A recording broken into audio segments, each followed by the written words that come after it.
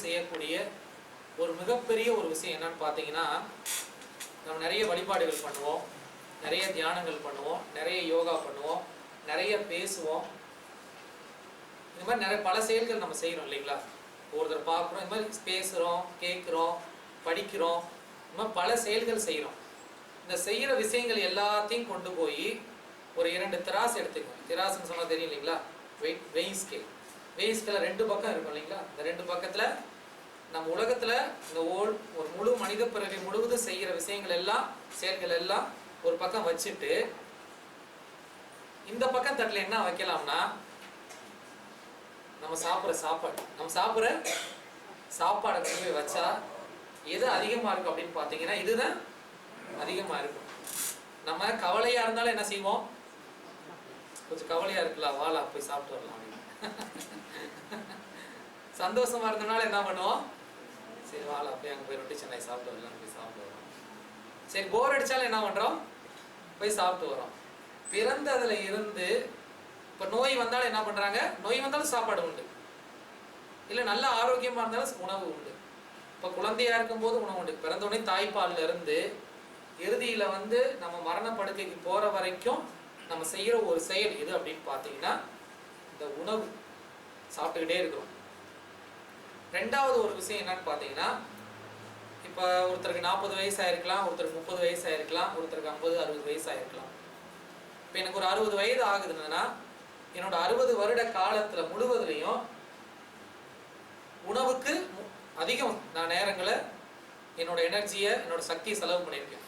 அடுத்து எதுக்கு நான் செலவு பண்ணியிருக்கேன்னு பார்த்தீங்கன்னா, என்னோட 60 வருடத்தில் 30 வருடம் நான் என்ன பண்ணியிருக்கோம் அப்படின்னு பார்த்தோம்னா, தூக்கத்துக்கு செலவு பண்ணியிருக்கோம். அப்போ உங்களோட 60 வயசுல நீங்கள் எவ்வளோ நாள் வாழ்ந்துருக்கீங்க? கண்ணை திறந்து 30 வருடம். மீதி 30 வருடம் தூங்கி இருக்கிறோம். ஸோ இது 2 இருக்குது. அடுத்து பார்த்தீங்கன்னா, இல்லற ஈடுபாடோட பார்த்தீங்கன்னா ஒரு காலகட்டம் தான், குறிப்பிட்ட காலகட்டம். மொதல் எதோ அதிகமாக செய்கிறோம்? உணவு. 2வது என்ன இருக்குது? தூக்கம். 3வது என்ன இருக்குது? ஒரு இல்லற வாழ்க்கையில ஈடுபடுறது. அது பார்த்தீங்கன்னா ஒரு காலகட்டம் தான், வயதான அதுவும் கிடையாது. அடுத்து 4வது ஒரு விஷயம் என்ன செஞ்சுட்டு இருக்கோம்னு பார்த்தீங்கன்னா, வாழ்க்கை முழுவதும் நம்ம இந்த சம்சார பந்தத்தில் இருந்துக்கிட்டு, சம்சாரம்னா கல்யாணம் நினச்சி மனைவின்னு நினச்சிக்காதீங்க. சம்சாரம்னா நம்ம செய்த வினைகள், சம்சார பந்தம்னு சொல்லுவாங்க. சம்சாரத்தினால என்ன பண்ணிட்டு இருக்கோம்னா, பயந்துக்கிட்டே இருக்கும். என்ன பண்ணுறோம்? பயந்துக்கிட்டே இருக்கும். அதை அப்புறம் பார்க்க போகிறோம். அப்போ ஒரு மனிதன் ஏன் இறக்குறான் அப்படின்னா, நீங்கள் கடவுளெல்லாம் குத்தம் சொல்ல வேணாம், யாரையும் குத்தம் சொல்ல வேணாம். இந்த 4 செயல்கள்னால தான் நம்ம இறந்து போயிடுறோம். அடுத்து நம்ம எல்லாரும் மைண்ட்லையும் ஒரு ஃபிக்ஸ் ஆகிட்ட ஒரு விஷயம் என்னன்னு தெரியுங்களா? பிறந்தா எல்லாரும் என்ன பண்ணுவோம்? ஒரு நாள் இறப்புன்ற ஒரு மைண்டில் செட் போட்டுட்டாங்க. அதனால் என்ன பண்ணுறோம்? நம்ம யாரும் அதை பற்றி கவலைப்படலை. நம்ம எனக்கே ஒரு நாள் சாக போகிறோம், அதனால் நம்ம வேலையை பார்ப்போம். இதுவே முதல்ல ஒரு தப்பான ஒரு கான்செப்ட். பிறந்தா எல்லாருமே இறந்துதான் போகணும்னா நம்ம ஏன் பிறந்த எல்லாரும்? அப்ப வள்ளல் பெருமான் வரைக்கும் வந்து என்ன சொல்றாங்கன்னா பாத்தீங்கன்னா, இவங்க எல்லாருமே ஒரு முக்கியமான ஒரு விஷயத்தை ஏத்துக்கிறாங்க. என்னன்னா, வேற ஆன்மீகம் நீங்க போன எதுக்கு நான் இதெல்லாம் சொல்றேன்னா நீங்க தெரிஞ்சுக்கணும். வேற ஆன்மீகத்தில் நீங்க இப்போ சொன்னீங்கன்னா இதை ஏத்துக்க மாட்டாங்க. ஏன்னா அடுத்து வேதாந்திகள் எல்லாருமே என்ன சொல்லுவாங்க, இந்த உடம்புன்றது ஒரு ட்ரைனேஜ். இந்த உடம்புன்றது என்னது? ஒரு சாக்கடை, ஒரு கழிவு. தினசரி அதிகாலையில் எழுந்திருச்சா நம்ம உடம்புல எத்தனை துவாரம் இருக்கு? 9 துவாரம் இருக்குங்களா? 9 துவாரம். காதுல குறும்பி, கண்ணுல பீல, மூக்குல சளி, பல்லுல ஈத்த, மலம் ஜலம். தினசரி காலையில் என்ன பண்ணுது? உடம்பு கழிவு தான் தள்ளிக்கிட்டு இருக்கு. இந்த கழிவு எங்க இருந்து உற்பத்தி ஆச்சு? நீ உள்ள போட்ட இன்புட், நாசிலமா, ரொட்டி சென்னாயி, மீன் கோரிங்க, அது இது எல்லாம் உள்ள போய் என்ன பண்ணுது? காலையில அழுக்கா வருது. அப்ப இது என்ன பண்ணுதுன்னா, ஆயில் முழுவதும் சாப்பிட்றோம், அரைக்குது, அப்புறம் கொஞ்சம் சத்து எடுத்துக்குது, மலமா ஜலமா வெளியே போகுது. அப்ப பிறந்ததுல இருந்து வரைக்கும் இந்த உடம்பு வந்து சாக்கடையா தான் இருக்கு. இதை வச்சு நம்ம ஒண்ணும் பண்ண முடியாது. ஆனா பிறவி இருக்கும் போதே இறைவனை நினைச்சு இந்த முக்தி அடைஞ்சு மரணம் வரதுக்குள்ள நீ இறைவனை முக்தி அடைஞ்சிரு அப்படின்னு சொல்றாங்க. இது உண்மைதான். ஒருவேளை அவங்க சொல்றது உண்மைதான். ஆனா அவங்க அங்கேயே நின்றுட்டாங்க. நம்ம சித்தர்கள் பெருமான் அங்க இருந்து ஆரம்பிக்கிறாங்க. அந்த பாடலுக்கு சான்று பாத்தீங்கன்னா திருமூலர் சொல்வார், உடம்பை முன்னம் இழுக்கென்று இருந்தேன். உடம்பை ஏன்னா சித்தர்களை சொல்றாங்க, ஊத்தை சடலமடி உப்பிட்ட பாண்டமடி. ஊத்தை சடலமடி உப்பிட்ட பாண்டமடி. ஏன்னா இந்த உடம்பு என்ன எதனால ஆனது? உப்பு. நல்லா வெய்யெடுத்துருச்சுன்னா உடம்பு பாத்தீங்களா வெள்ளை வெள்ளையா பூத்து கிடக்கும். ஊத்தை சடலமடி உப்பிட்ட பாண்டமடி. மாற்றி பிறக்க வகையறியே, மாற்றி பிறக்கும் வகை அறிந்தால் கண்ணம்மா, ஊத்தை சடலம் விட்டு உண்பாதம் சேரேனோம் அப்படின்னு சொல்லுவாங்க. அப்ப இந்த உடம்பு எதா இருக்குன்னா கழிவு பொருள். டெய்லி கழிவை தான் நீக்குது. அப்ப இதை வச்சு ஒண்ணும் பண்ண முடியாதுன்னு அவங்க ஏத்துக்கிட்டாங்க. ஆனா நம்ம சித்தர்கள் என்ன சொல்றாங்கன்னா, கிடையாது. உடம்பை முன்னம் இழுக்கென்றிருந்தேன், உடம்பினுக்குள்ளே உருபொருள் கண்டேன். உடம்பை நானும் முன்னாடி இழுக்குன்னு நினைச்சுக்கிட்டு இருந்தேன், இது வேலைக்காகாதுன்னு நினைச்சேன். ஆனா இதற்குள்ளதான் இறைவன் இருக்கான்னு நான் தெரிஞ்சுக்கிட்டேன். உடம்பினுக்குள்ளே உருபொருள் கண்டேன், உடம்பினுக்குள்ளே உத்தமன் கோவில் கொண்டான் என்று வள்ளல் பெருமான் சொல்வார். உத்தமனாக ஓங்குக என்றனை சொல்வார். உத்தமன் கோவில் கொண்டான் என்று உடம்பினை யான் இருந்து ஓம்புகின்றேனே. எதுக்கு உடம்பு அவர் சுத்தமா பாதுகாப்பா ஆரோக்கியமா வச்சுக்கிறாருன்னா, உலக இன்பத்தை அனுபவிக்கிறதுக்காக கிடையாது. நம்ம எல்லாம் நினைச்சிட்டு இருக்கோம் நல்ல உடம்பு இளமையா வச்சுட்டு இன்னொரு கல்யாணம் பண்ணிக்கிறது கிடையாது. அதுக்கு கிடையாது. இறைவன் அடையணும். ஏன்னா இப்ப என்னதான் பேசுறேன், என்னதான் பண்றேன், இங்க பிடிச்சிருச்சுன்னா விழுந்துட வேண்டியதான், முடிஞ்சது, அவ்வளவுதான். நம்ம என்ன இந்த நிமிஷம் இருக்கிறோம், அடுத்த நிமிஷம் இந்த உடம்பு என்ன ஆகும்னு சொல்ல முடியாது. அப்ப நிலையற்ற உடம்பு இருக்கும். அப்ப இந்த தேகத்தை கீழே விழுந்துடாம பாதுகாத்துக்க, அதற்காக தான் பெரியவங்க என்ன உருவாக்குனாங்க, இந்த தேகம் வந்து மலக்கூடுதான். அவங்களே ஒத்துக்கிறாங்க, இந்த உடம்பை நம்பி நான் வாழ்றேனே, இது காம தேகமாச்சு ஒத்துக்கிறாங்க. ஆனா இறைவன் திருவருளால நம்ம சிறு முயற்சினால், வள்ளல் பெருமானே தன்னோட கடிதத்துல எல்லா சீரர்களுக்கு என்ன எழுதுவார்னு பாத்தீங்கன்னா, சிவசிந்தனையோட இந்த தேகத்தை ஜாக்கிரதையா பாதுகாத்துக்கன்னு சொல்லிட்டு தான் அடுத்து எழுத ஆரம்பிப்பார். ஏன்னா இந்த தேகம் இல்லைன்னு அனுபவம் இல்லை. இந்த தேகம் இல்லைன்னா ஒரு லட்டோட என்னால் சுவைக்க முடியாது. அப்புறம் எப்படி நான் இறைவனை சுவைக்கிறது? அப்ப இந்த தேகம் ரொம்ப முக்கியம். அடுத்து இன்னும் நம்ம புரியுற மாதிரி சொன்னா, வள்ளல் பெருமான் வந்து ஜீவகாருண்ய ஒழுக்கத்துல சொல்லுவாரு, இந்த வீடு வந்து சேவா வீடா இருக்கு. என்ன வீடா இருக்கு? இந்த வீடு சேவா விடுற வீடா இருக்கு இல்லையா?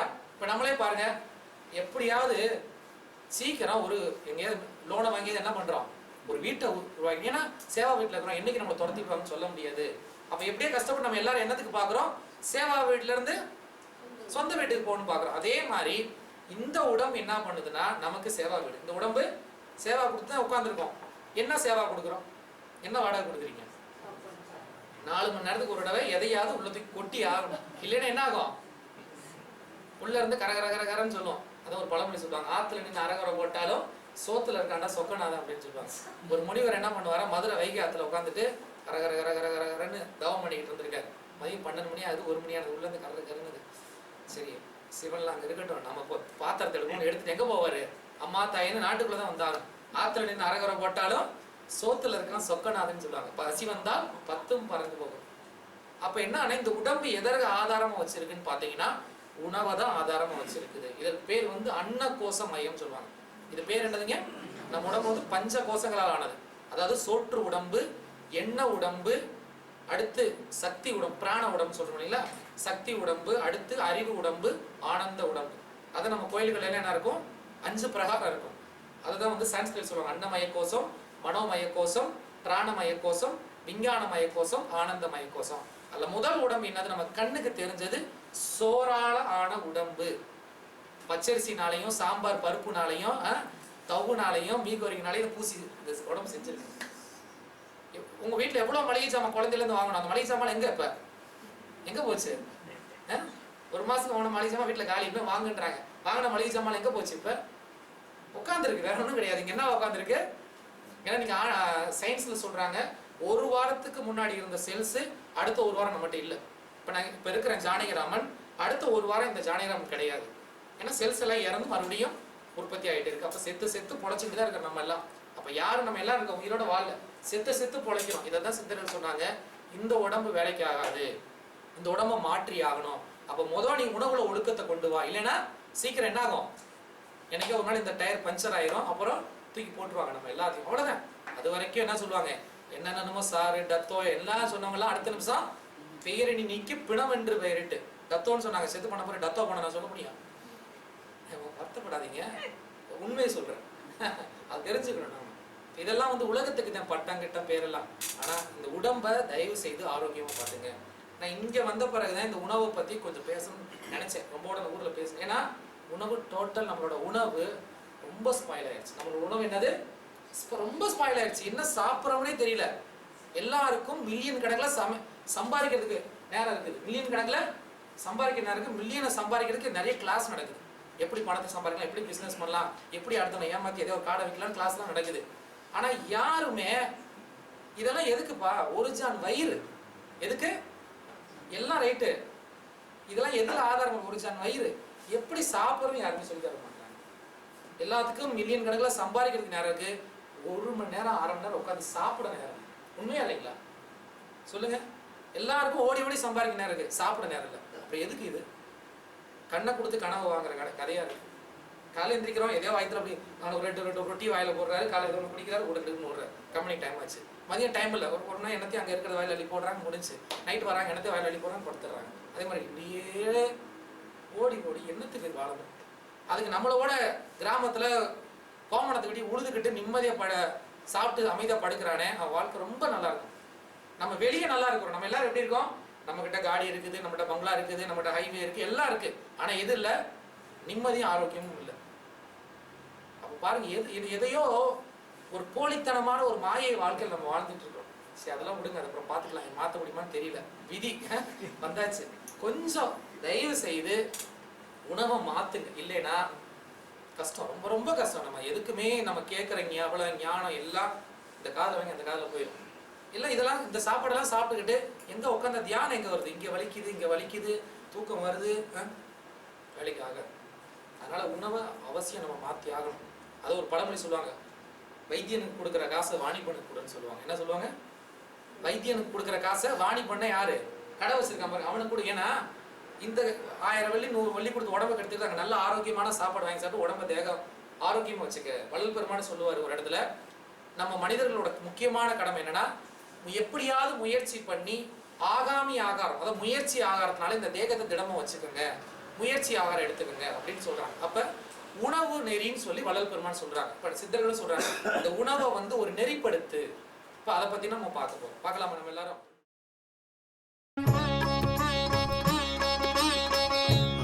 அன்பினும் பிடியுள் அகப்படும் களையே, அன்பினும் கூடில் போகும் அரசே. அன்பினும் பிடியுள் அகப்படும் களையே, அன்பினும் கூடில் போகும் அரசே. இப்ப இந்த உடம்பு 6 அடி 5 அடி 4 அடி 3 அடி 2 அடி ஏதோ ஒண்ணு இருக்குது இல்லைங்களா? இந்த உடம்பு எதால ஆனது? அதுக்கு என்ன போட்டிருக்கோம்? நீங்க என்ன சாப்பிடுறீங்களோ அதான் உங்க உடம்பு. உங்க உடம்புன்றது என்னது? என்னென்ன சாப்பிடுறீங்க ஒரு லிஸ்ட் சொல்லுங்களேன். நீங்க நானே பேசிட்டு நீங்க பேச. காலையில என்ன சாப்பிடுறோம்? உங்களுக்கு என்ன பிடிச்சது? என்ன காலைல? தோசை, இட்லி, அப்புறம் நாசிலம்மா, ரொட்டி சென்னா, மீன் கோரிங்க, என்னென்னமோ சாப்பிட்றோம். இப்போ இது சாப்பிட்டது எல்லாம் எதா மாறி இருக்குது? அப்போ உங்க உடம்பா மாறி இருக்கு. அப்போ நீங்க பாக்குற 5 அடி 4 அடி உடம்புன்றது என்னது? நீங்க என்ன சாப்பிட்டீங்களோ அதான் உங்க உடம்பா மாறி இருக்கு. உணவே உடம்பு. நல்லா தெளிவாக்கிக்கங்க. இன்னொரு விஷயம் நல்லா கவனிங்க. நம்ம உடம்பு ஒரு மிகப்பெரிய ஒரு ஆச்சரியம், அற்புதம். நீங்க என்ன குப்பையில வாயில கொட்டிக்கிறோம் இல்லையா? எதை வேணாலும் வாயில போட்டுக்கிறோம். ஆனா எதை போட்டாலும் அது சப்த தாதுக்களா மாறுது. எவ்வளவு பெரிய அற்புதம்! நீங்க வாயில போடுறதோட நம்ம கடன் முடிஞ்சு. மெல்றதோட கடமை முடிஞ்சு. அதையா நம்ம மெல்றமானா இல்லை, முழுங்கிடும். முழுங்கின பிறகு கண்ணா மாறுது, சதையா மாறுது, எலும்பா மாறுது, ரத்தமா மாறுது, சக்தியா எனர்ஜியா மாறுது, விந்தா மாறுது. அப்ப இதெல்லாம் யார் மாத்துறா? யாராவது கடவுள் இல்லைன்னு சொன்னாங்கன்னா அவங்ககிட்ட கேளுங்க. எல்லாத்தையும் உள்ள போடுறப்பா ஒரு கடைசியா சொல்லுவாங்க அது இயற்கை அப்படின்னு சொல்லுவாங்க. அந்த இயற்கை தான் கடவுள், வேற யாரும் கிடையாது. உள்ள ஒரு ஆத்மாவுக்குள்ள இறைவன் உட்கார்ந்து அந்த ஆத்மா என்ன பண்ணுது, நீ உள்ள என்ன போட்டாலும் அது உங்களுக்கு என்ன தேவை எல்லாத்தையும் மாத்து. ஒரு வாழைப்பழம் சாப்பிட்றீங்க, 4 மணி நேரம் கழிச்சு இந்த வாழைப்பழம் எதா மாறிடுச்சு? எதா மாறிடுச்சு? உங்க உடம்பா மாறிடுச்சுங்க. 4 மணி நேரம் கழிச்சு இந்த வாழைப்பழம் இல்லை உடம்புல. அப்ப எவ்வளவு பெரிய அற்புதம். சரி, இப்ப நம்ம அடுத்து பார்க்கலாம். இப்ப நம்ம உடம்புன்றது என்னது? நீங்க என்ன சாப்பிட்டீங்களோ அதை உடம்பா மாறி. இன்னொரு ஒரு முக்கியமான ஒரு விஷயம், உங்க வயிறு இருக்கு இல்லையா? உங்க வயிறு இருக்குல்ல, உங்க வயிற்றுக்கு மட்டும் ஒரு கை இருந்துச்சுன்னு வச்சுக்கோங்க. உங்க வயிற்றுக்கு கையும் வாய் இருந்துச்சுன்னா என்ன பண்ணு தெரியுங்களா? ஐயோன்னு கத்திட்டு கையை வெளியே எடுத்து முகத்தை பலாறு பலர் நம்ம எல்லாம் அடைக்கும். என்ன பண்ணா நல்லா ஓன் கத்திட்டு கையை வெளியே வந்து பலாறு பலர் நம்ம அடிக்கும். அவ்வளோ நம்ம தாங்க முடியாது. அதுக்கு அட கருணையே இல்லையா உனக்கு? பாக்குறதெல்லாம் அள்ளி அள்ளி போட்டுக்கிறிய, உனக்கு கருணையே இல்லையான்னு பாக்குது. அதனால வாய் விட்டு கத்துறது முடியல, வயிற்றுக்கு என்ன இல்லை, வாய் இல்லை. சரி, இப்ப இந்த உடம்பு அப்படின்றது எதால ஆனது உங்களுக்கு நான் ரொம்ப சுருக்கமா சொல்றேன், லேசா புரிஞ்சுக்கணும். மொத்தம் எத்தனை விதமான எலிமெண்ட்ஸ் இருக்குது? பூதங்கள் சொல்லுவோம் இல்லைங்களா? எத்தனை இருக்கு? என்னென்ன? நிலம், நீர், நெருப்பு, காற்று, ஆகாயம் இருக்கா? அப்ப அதே பஞ்சபூதத்தினாலதான் நம்ம உடம்பு ஆயிருக்கு. நிலம், நீர், நெருப்பு, காற்று, ஆகாயம். இது எப்படி நம்ம உடம்புல இருக்கு அப்படின்னா, இதுக்கு சொல்லுவாங்க இந்த உடம்புல வந்து பாத்தீங்கன்னா நம்மளோட பாதத்துல இருந்து தொடைப்பகுதி முழங்கால் பகுதி வரைக்கும் எதால் ஆனது? நிலத்தால் ஆனது. ரொம்ப நீங்க சிம்பிளா புரிஞ்சுக்கலாம். நம்ம கால் எதுல பட்டிருக்கு? சோ அப்ப நம்மளோட கால் எதால் ஆனது? நிலத்தால் ஆனது. அடுத்து என்னது? நிலம், நீர். நீர்ன்ற தத்துவம் எதால் ஆனதுன்னா நம்ம முழங்கால் பகுதியில இருந்து இடுப்பு பகுதி வரைக்கும் நீர். இங்கதான் உங்களோட மலஜல கழிவுகள் வெளியேற்றுற இடங்கள். அப்ப நிலம், நீர். அதுக்கடுத்து என்னது? நெருப்பு. நெருப்புன்னு பாத்தீங்கன்னா உங்களோட வயிற்று பகுதியில தான் ஜடார அக்னின்னு ஒரு அக்னி இருக்கு. நீங்க பிறந்ததுல இருந்து இறக்குற வரைக்கும் போடுற சாப்பாடெல்லாம் எது அரைக்குது? 4 மணி நேரம் ஆகிறதுக்கு ஒரு உள்ள இருக்க நெருப்பு எரியுதே, கேக்குதே, போடு போடுங்க எதையாவது. அப்ப ஜடார அக்னி நெருப்பு தத்துவம். நிலம், நீர், நெருப்பு. அதற்கடுத்து என்னது? காற்று. இப்ப நுரையீரல் எதனால இயங்கிட்டு இருக்குது? சுவாசிக்கிற முடியாது காற்று. அதற்கடுத்து இந்த ஆகாயம்ன்றது மனம், நம்மளோட வெளி. இங்கதான் சிந்தனை. சிந்தனைக்கு உருவம் கிடையாது, ஆகாயத்துக்கும் உருவம் கிடையாது. அப்ப நம்ம உடம்பு எதால் ஆனது? பஞ்சபூதத்தால் ஆனது. அப்ப நல்லா கவனிச்சுங்க, நம்ம உடம்பும் இந்த உலகமும் வேற கிடையாது. அண்டத்தில் உள்ளது அனைத்தும் பிண்டத்தில் உள்ளது, பிண்டத்தில் உள்ளது அனைத்தும் அண்டத்தில் உள்ளது. அண்டமும் வேற கிடையாது, பிண்டமும் வேற கிடையாது. அப்ப ரெண்டும் ஒன்று. இன்னைக்கு பாருங்க, சுனாமி வந்தது இல்லையா? கேள்விப்பட்டீங்கல்ல? சுனாமி எத்தனை வருஷம் ஆச்சு? 5-6 வருஷங்கள் மேல ஆச்சு. சுனாமி வந்தப்ப யார் யாரெல்லாம் இருந்தா? பேசவே மாட்டீங்க, ரொம்ப அமைதியா கேக்குறீங்க. நீங்க ஏதாவது பேசுனீங்க தூங்குற மாதிரி இருக்கு, எல்லாம் அப்படி கண்ண முடிக்க அப்படியே உட்கார்ந்து மாதிரி இருக்கு. உங்க கருத்து பரிமாறிக்கலாம், நான் உபதேசம் பண்ணல, இட்ஸ் a sharing தான். யார் மனிதர்கள் இறந்தாங்க அதிக அளவுல. அதுக்கடுத்து யார் இருந்தா? மீன். எந்த? நான் உங்களுக்கு கதை சொல்றேன். மனிதனை சார்ந்து இருந்த மிருகங்கள், நல்லா கவனிச்சுங்க, மனிதனை சார்ந்து இருந்த மிருகங்கள். அதை தவிர வேற ஏதாவது இறந்துச்சா? இறந்தாங்களா யாராவது? கிடையாது. எந்த மிருகம் இருந்துச்சுன்னா மனுஷங்க நாயை கட்டி போட்டு போயிட்டான், அது ஓட முடியல. கூட ஆடு மாடு வளர்த்தாங்க பாரு, அதுதான்.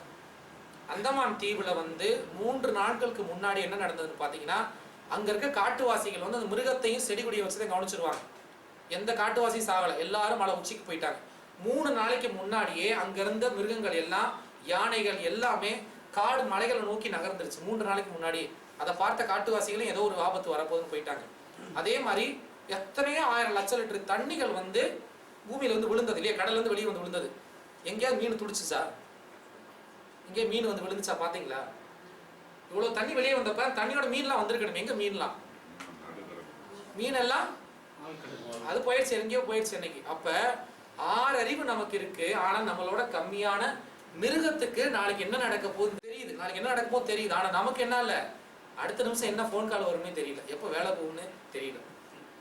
அப்ப என்ன காரணம்னா, நம்ம உடம்பும் நம்ம பிரபஞ்சமும் பஞ்சபூதமும் ஒன்று சேர்ந்தது. நம்ம வாழ்க்கை முறை என்னாச்சுன்னா இதுல இருந்து ரொம்ப வேலைக்கு போயிட்டு இருக்கிறோம். எங்க தாத்தாவோட தாத்தாலும் நான் பார்த்துருக்கேன். தாத்தாவோட தாத்தாலாம் பார்த்துருக்கேன். அவர் நல்ல நான் சின்ன பண்ண போல பார்த்தீங்கன்னா கோமணம் கட்டு அவர் போட்டுருப்பாரு. வந்தோடனே கோமணத்தை கட்டி தான் விடுவார். கரெக்டாக மேலே பார்ப்பார். இப்படி சீக்கிரம்டா மதியத்துக்குள்ள மழை வந்துருவார். பார்த்தா ஒரு மேகமும் இருக்காது. அவர் அவர் என்ன சேட்டலைட் விட்டுருக்காரா, மேலே இருந்து ஃபோன் வந்துச்சா, இப்படி மேலே பார்ப்பாரு. கரெக்டாக 1:30 மணி ஆச்சும் கரெக்டாக வெளியே வருவார், மழை கொட்டும். எப்படி நடக்குது இது? அப்போ நம்ம இயற்கையை விட்டு விலகி போய்கிட்டு இருக்கிறோம். அதனால என்ன நடக்குதுன்னு தெரியல. இப்போ நம்ம உடம்பை நல்லா கவனிச்சுங்க. இந்த பஞ்சபூதமும் இந்த நம்ம உடம்பும் இந்த பிரபஞ்சம் எல்லாம் ஒண்ணு. மழை பெஞ்சா உங்களுக்கு குளிர்தா, வெயில் வேக்காடா இருக்கா? எப்படி சொல்லுங்க. கவலைப்படாங்க, முடிஞ்சு சாப்பாடு இருக்குது. சத்தமா பேசுறேன். மதியம் சாப்பிட்டீங்களா இல்லையா எல்லாரும்? உங்களுக்கு வந்து காபி தண்ணி ஏதாவது காபி கொடுத்து பேச வச்சிருக்கோம். அடுத்து வெயில் அடிச்சா உங்களுக்குலாம் எப்படி இருக்கு? புழுக்கமா இருக்கு. இப்போ ஒரு ஹைலாண்டுக்கு மலை பிரதேசத்துக்கு போறீங்க, குளிர்தா? அப்ப வெளியே என்ன நடந்தாலும் உங்க தேகத்துல ஒரு மாற்றம் இருக்கு. அப்ப நம்ம உடம்பும் பிரபஞ்சமும் ஒன்று. அதை நல்லா கவனிச்சுக்கங்க. சரி, அடுத்து நம்ம பார்ப்போம். சரி, இந்த தேகத்துக்கு முதல்ல என்ன சொன்னேன்? என்ன வாடகை கொடுக்குறோம்? சாப்பாடுன்ற வாடகை கொடுத்து நம்ம குடியிருக்கிறோம்.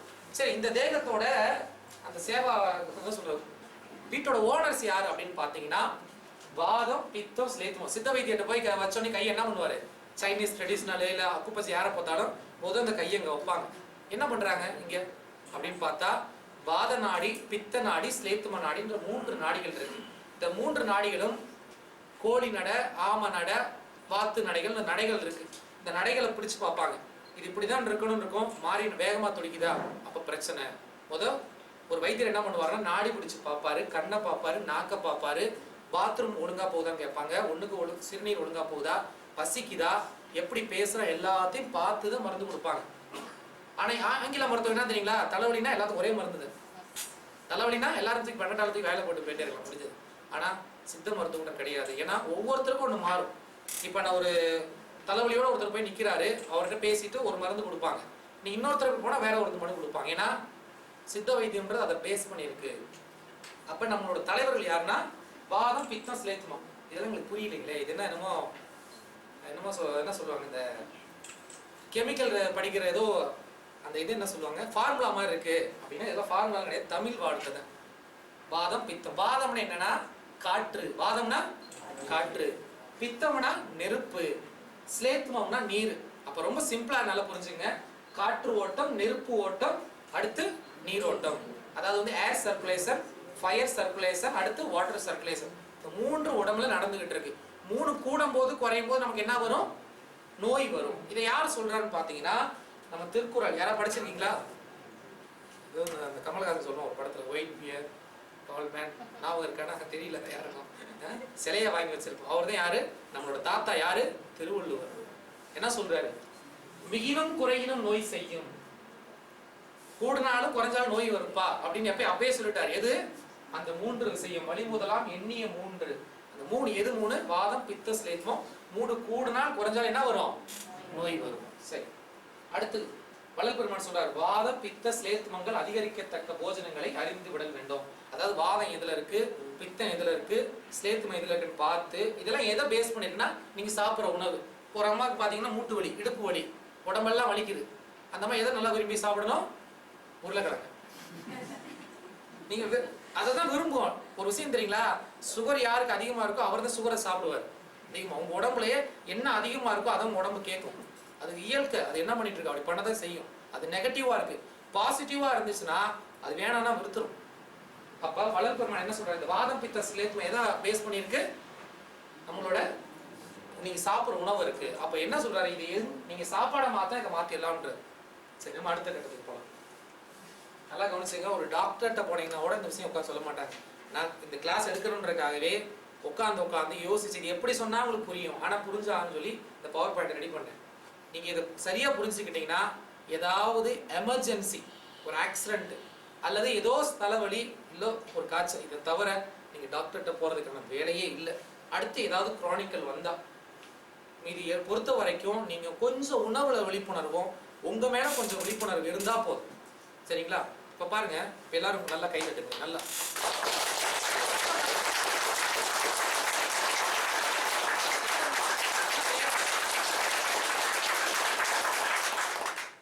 பஜன்ஸ்ல போனீங்கன்னா எல்லாரும் என்ன பண்ணுவாங்க பாத்திருக்கீங்களா? பஜனை பண்ணும்போது எல்லாரும் கை தட்டி பஜனை பண்ணுங்கன்னு சொல்றாங்களே. எது கை தட்டி பஜனை பண்ணுங்கன்னு சொல்றாங்க? ரொம்ப சிம்பிள். அவர் சத்சங்கம் பண்ணிட்டே இருப்பார் சுவாமி, இவரை சொல்லாமே தியானத்துக்கு போயிடுவார். உட்காந்துருக்கிறார். அவர் தியான கிளாஸ் எடுக்கிறதுக்கு முன்னாடி உட்காந்துருக்கு பாதி பேர் தியான கிளாஸ் போயிடுவாங்க. பேசுறது புரியணுமே. அப்ப என்ன பண்ணுவாங்கன்னா, உங்க மூளை 2 மூளையும் 2 கைகளோட உள்ளங்கையில இருக்கு. நீங்க அடிச்சோன்னே என்னாச்சு, ஆட்டோமேட்டிக்கா பிளட் சர்க்குலேஷன் போய் சில அன்பர்கள் இங்க நான் பேசிட்டு இருக்கும்போது தூக்கிட்டாங்க. இப்போ அவங்கள முடிச்சுக்கிட்டாங்க. அதுக்கு தான் கை தட்டுச்சுங்க, வேற ஒன்றும் கிடையாது. சரியா? சரி, இப்ப ஒரு மனுஷன் ஆரோக்கியமா வாழணும்னா வேணும். அதானே சார் கரெக்டா செஞ்சுட்டு இருக்காங்க. ரொம்ப சிம்பிள். என்னன்னா, தேவையான உணவு. எல்லாரும் சொல்லுங்க. தேவையான உழைப்பு, தேவையான. இப்ப எல்லாம் எப்படி இருக்கு தெரியுமா? ஆப்போசிட். அதிகமான உணவு. எவ்வளவு இருக்கு?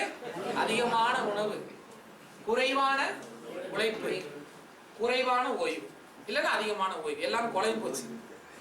அப்ப ரொம்ப பேசிக். நான் தேவையான வார்த்தை போட்டுருக்கிறேன். எங்க பாட்டி சொல்லுவோம், நான் நல்லா நொறுங்க தின்றா 100 வயசுலான்னு சொன்னா நான் தப்பா புரிஞ்சு என்ன பண்ணேன், நிறைய நல்லா எல்லாத்தையும் போட்டு கட்டுறது. அதிகமா சாப்பிட்டேன். நல்லா சாப்பிடுன்றது வேற, அதிகமா சாப்பிடுறது வேற. எங்க அம்மா நல்லா சாப்பிட சொல்லிக்கான்னு சொல்லிட்டு கொட்டிக்கிட்டே இருக்க கூடாது உள்ள. குப்பை தொட்டி மாதிரி. இது வந்து டஸ்ட்பின் கிடையாது. இது பேர் என்னது?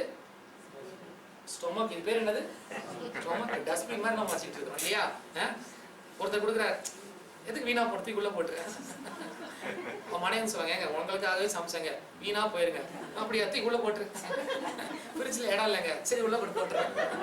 ஐஸ் பெட்டியில் இடம் இல்லைன்னா தூக்கி உள்ள போட்டுடலாம். நமக்கு என்ன இருக்கு? அதான் சொன்னேன், வாய்க்கு மட்டும் கை இருந்துச்சு வச்சுக்கோங்க, துரத்தி அடிக்கும்.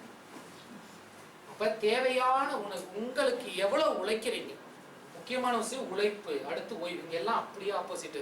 3 வேளை எல்லாரும் சாப்பிட்றோம் இல்லையா? 3 வேளை எல்லாருமே சாப்பிட்றீங்களா இல்லையா? 3 வேளை இல்லை, அநேகமா தெரியல, ஒரு 6-7 வேளை சாப்பிட்றீங்க சொன்னாங்க. நான் 3 வேளை தாங்க சாப்பிட்றோம். நம்ம சாயந்தரம் ஒரு குடத்துல காஃபியும் 2 பிஸ்கட் சாப்பிட்றீங்க அப்படின்னு. அது ஸ்நாக்ஸுங்க, அது கணக்கில் சேர்த்துக்கணும். அது ஃப்ரீ. மதியம் லஞ்ச் வாங்கினா சாயந்தரம் ஸ்நாக்ஸ் ஃப்ரீ. நைட்டு டின்னர் சாப்பிட்டா 12 மணிக்கு ஒரு சஃபர். அதெல்லாம் தேவையே இல்லாத ஒரு விஷயம். போர் அடிக்கும், நைட்டு போய் உட்காந்து கடையில் உட்காந்து சஃபர் சாப்பிட்டுட்டு உட்காந்துருக்கோம். அப்போ இதெல்லாம் பார்த்தீங்கன்னா முழுக்க டோட்டல் ராங். சரி, இவ்வளோ சாப்பிட்றீங்களே, எங்கேயாவது மம்முட்டி பிடிச்சி வேலை பார்க்குறீங்களா? என்னைக்கே குனிஞ்சு உங்க வேலை தொட்டிருக்கீங்க? எத்தனை பேரு ட்ரை பண்ணி பார்க்குறோம். குனிஞ்சு வேலை தொட்டிருக்கிறோமா? இல்ல. என்னைக்காவது வேர்த்திருக்கா நமக்கு? என்னைக்காவது கொஞ்ச நேரம் இந்த வீட்டுல நான் அந்த வீட்டு நடந்து போனா வேர்த்திருக்கும். நம்ம ஊர்ல விவசாயம் பண்ற ஒரு விவசாயியே ஒரு நாளைக்கு 2 வேளை தான் சாப்பிட்றோம். நம்மளாம் கணக்கு பிரகாரம் பார்த்தா யாரும் சாப்பிடவே கூடாது.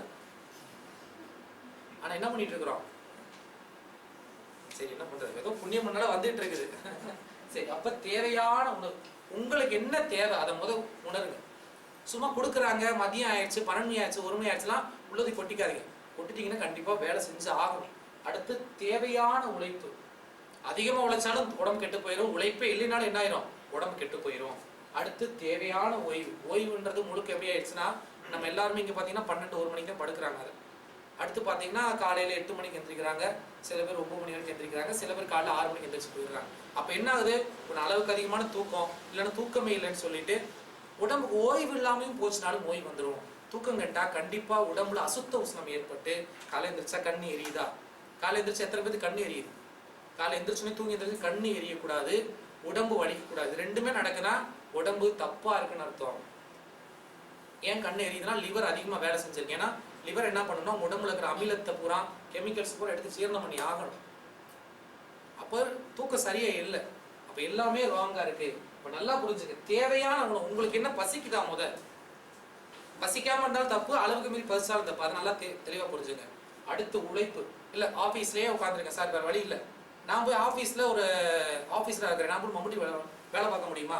அப்போ அவசியம் நீங்கள் எல்லாரும் உடற்பயிற்சி பண்ணணும். உடற்பயிற்சினா லுங்குன்னு ஓடிட்டு உட்காந்துருக்கூடாது, பீச்லையும் பார்க்கலையும். அது தப்பு. இந்த ஜாக்கிங்ன்றது தப்பு. தயவு செய்து யோகா போய் கற்றுக்கங்க. யார் சைனீஸ் சொல்லி தந்தாலும் சரி, யார் சொல்லி தந்தாலும் அவசியம் நம்ம எல்லாரும் யோகா கற்றுக்கணும். இல்லைன்னா 50 வயசுல நீங்கள் தான் கஷ்டப்பட போகிறீங்க.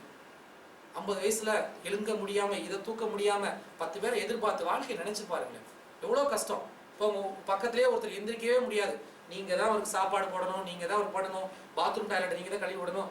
உட்காந்துட்டே இருந்தா அம்மா அப்பாவாக இருந்தாலும் உங்களுக்கு எரிச்சல் வருமா வராதா?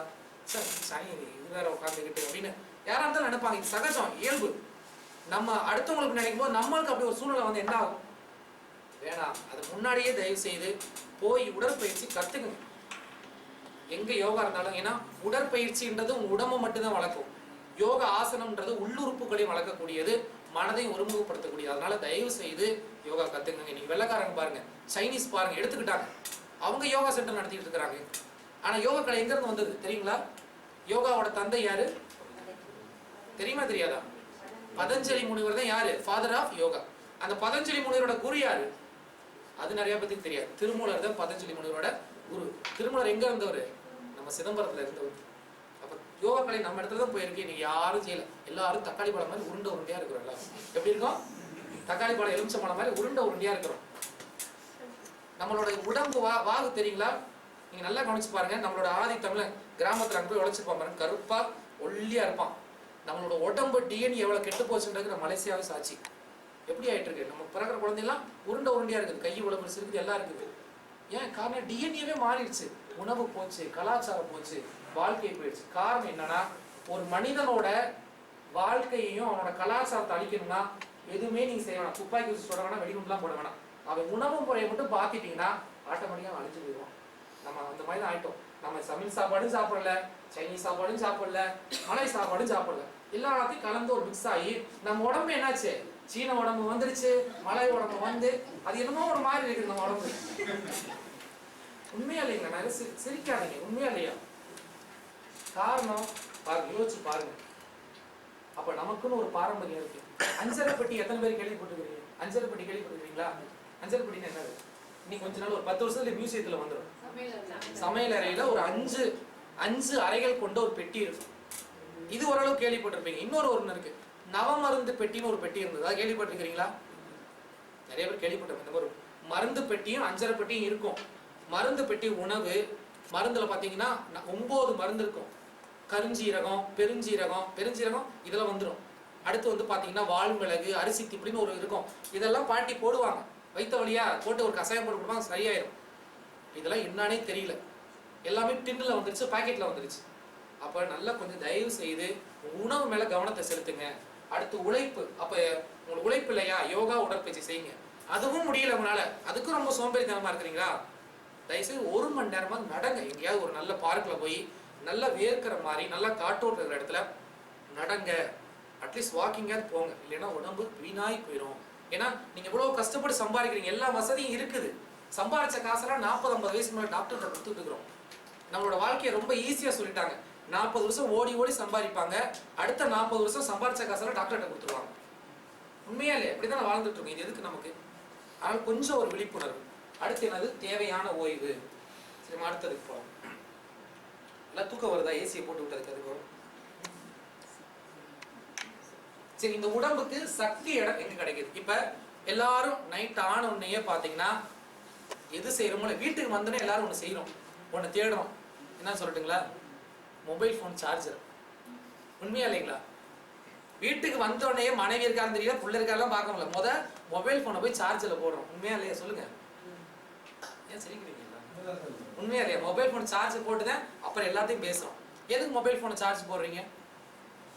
போடலன்னா காலையில் வாட்ஸ்அப் வேலை செய்யாது, ஃபேஸ்புக் வேலை செய்யாது.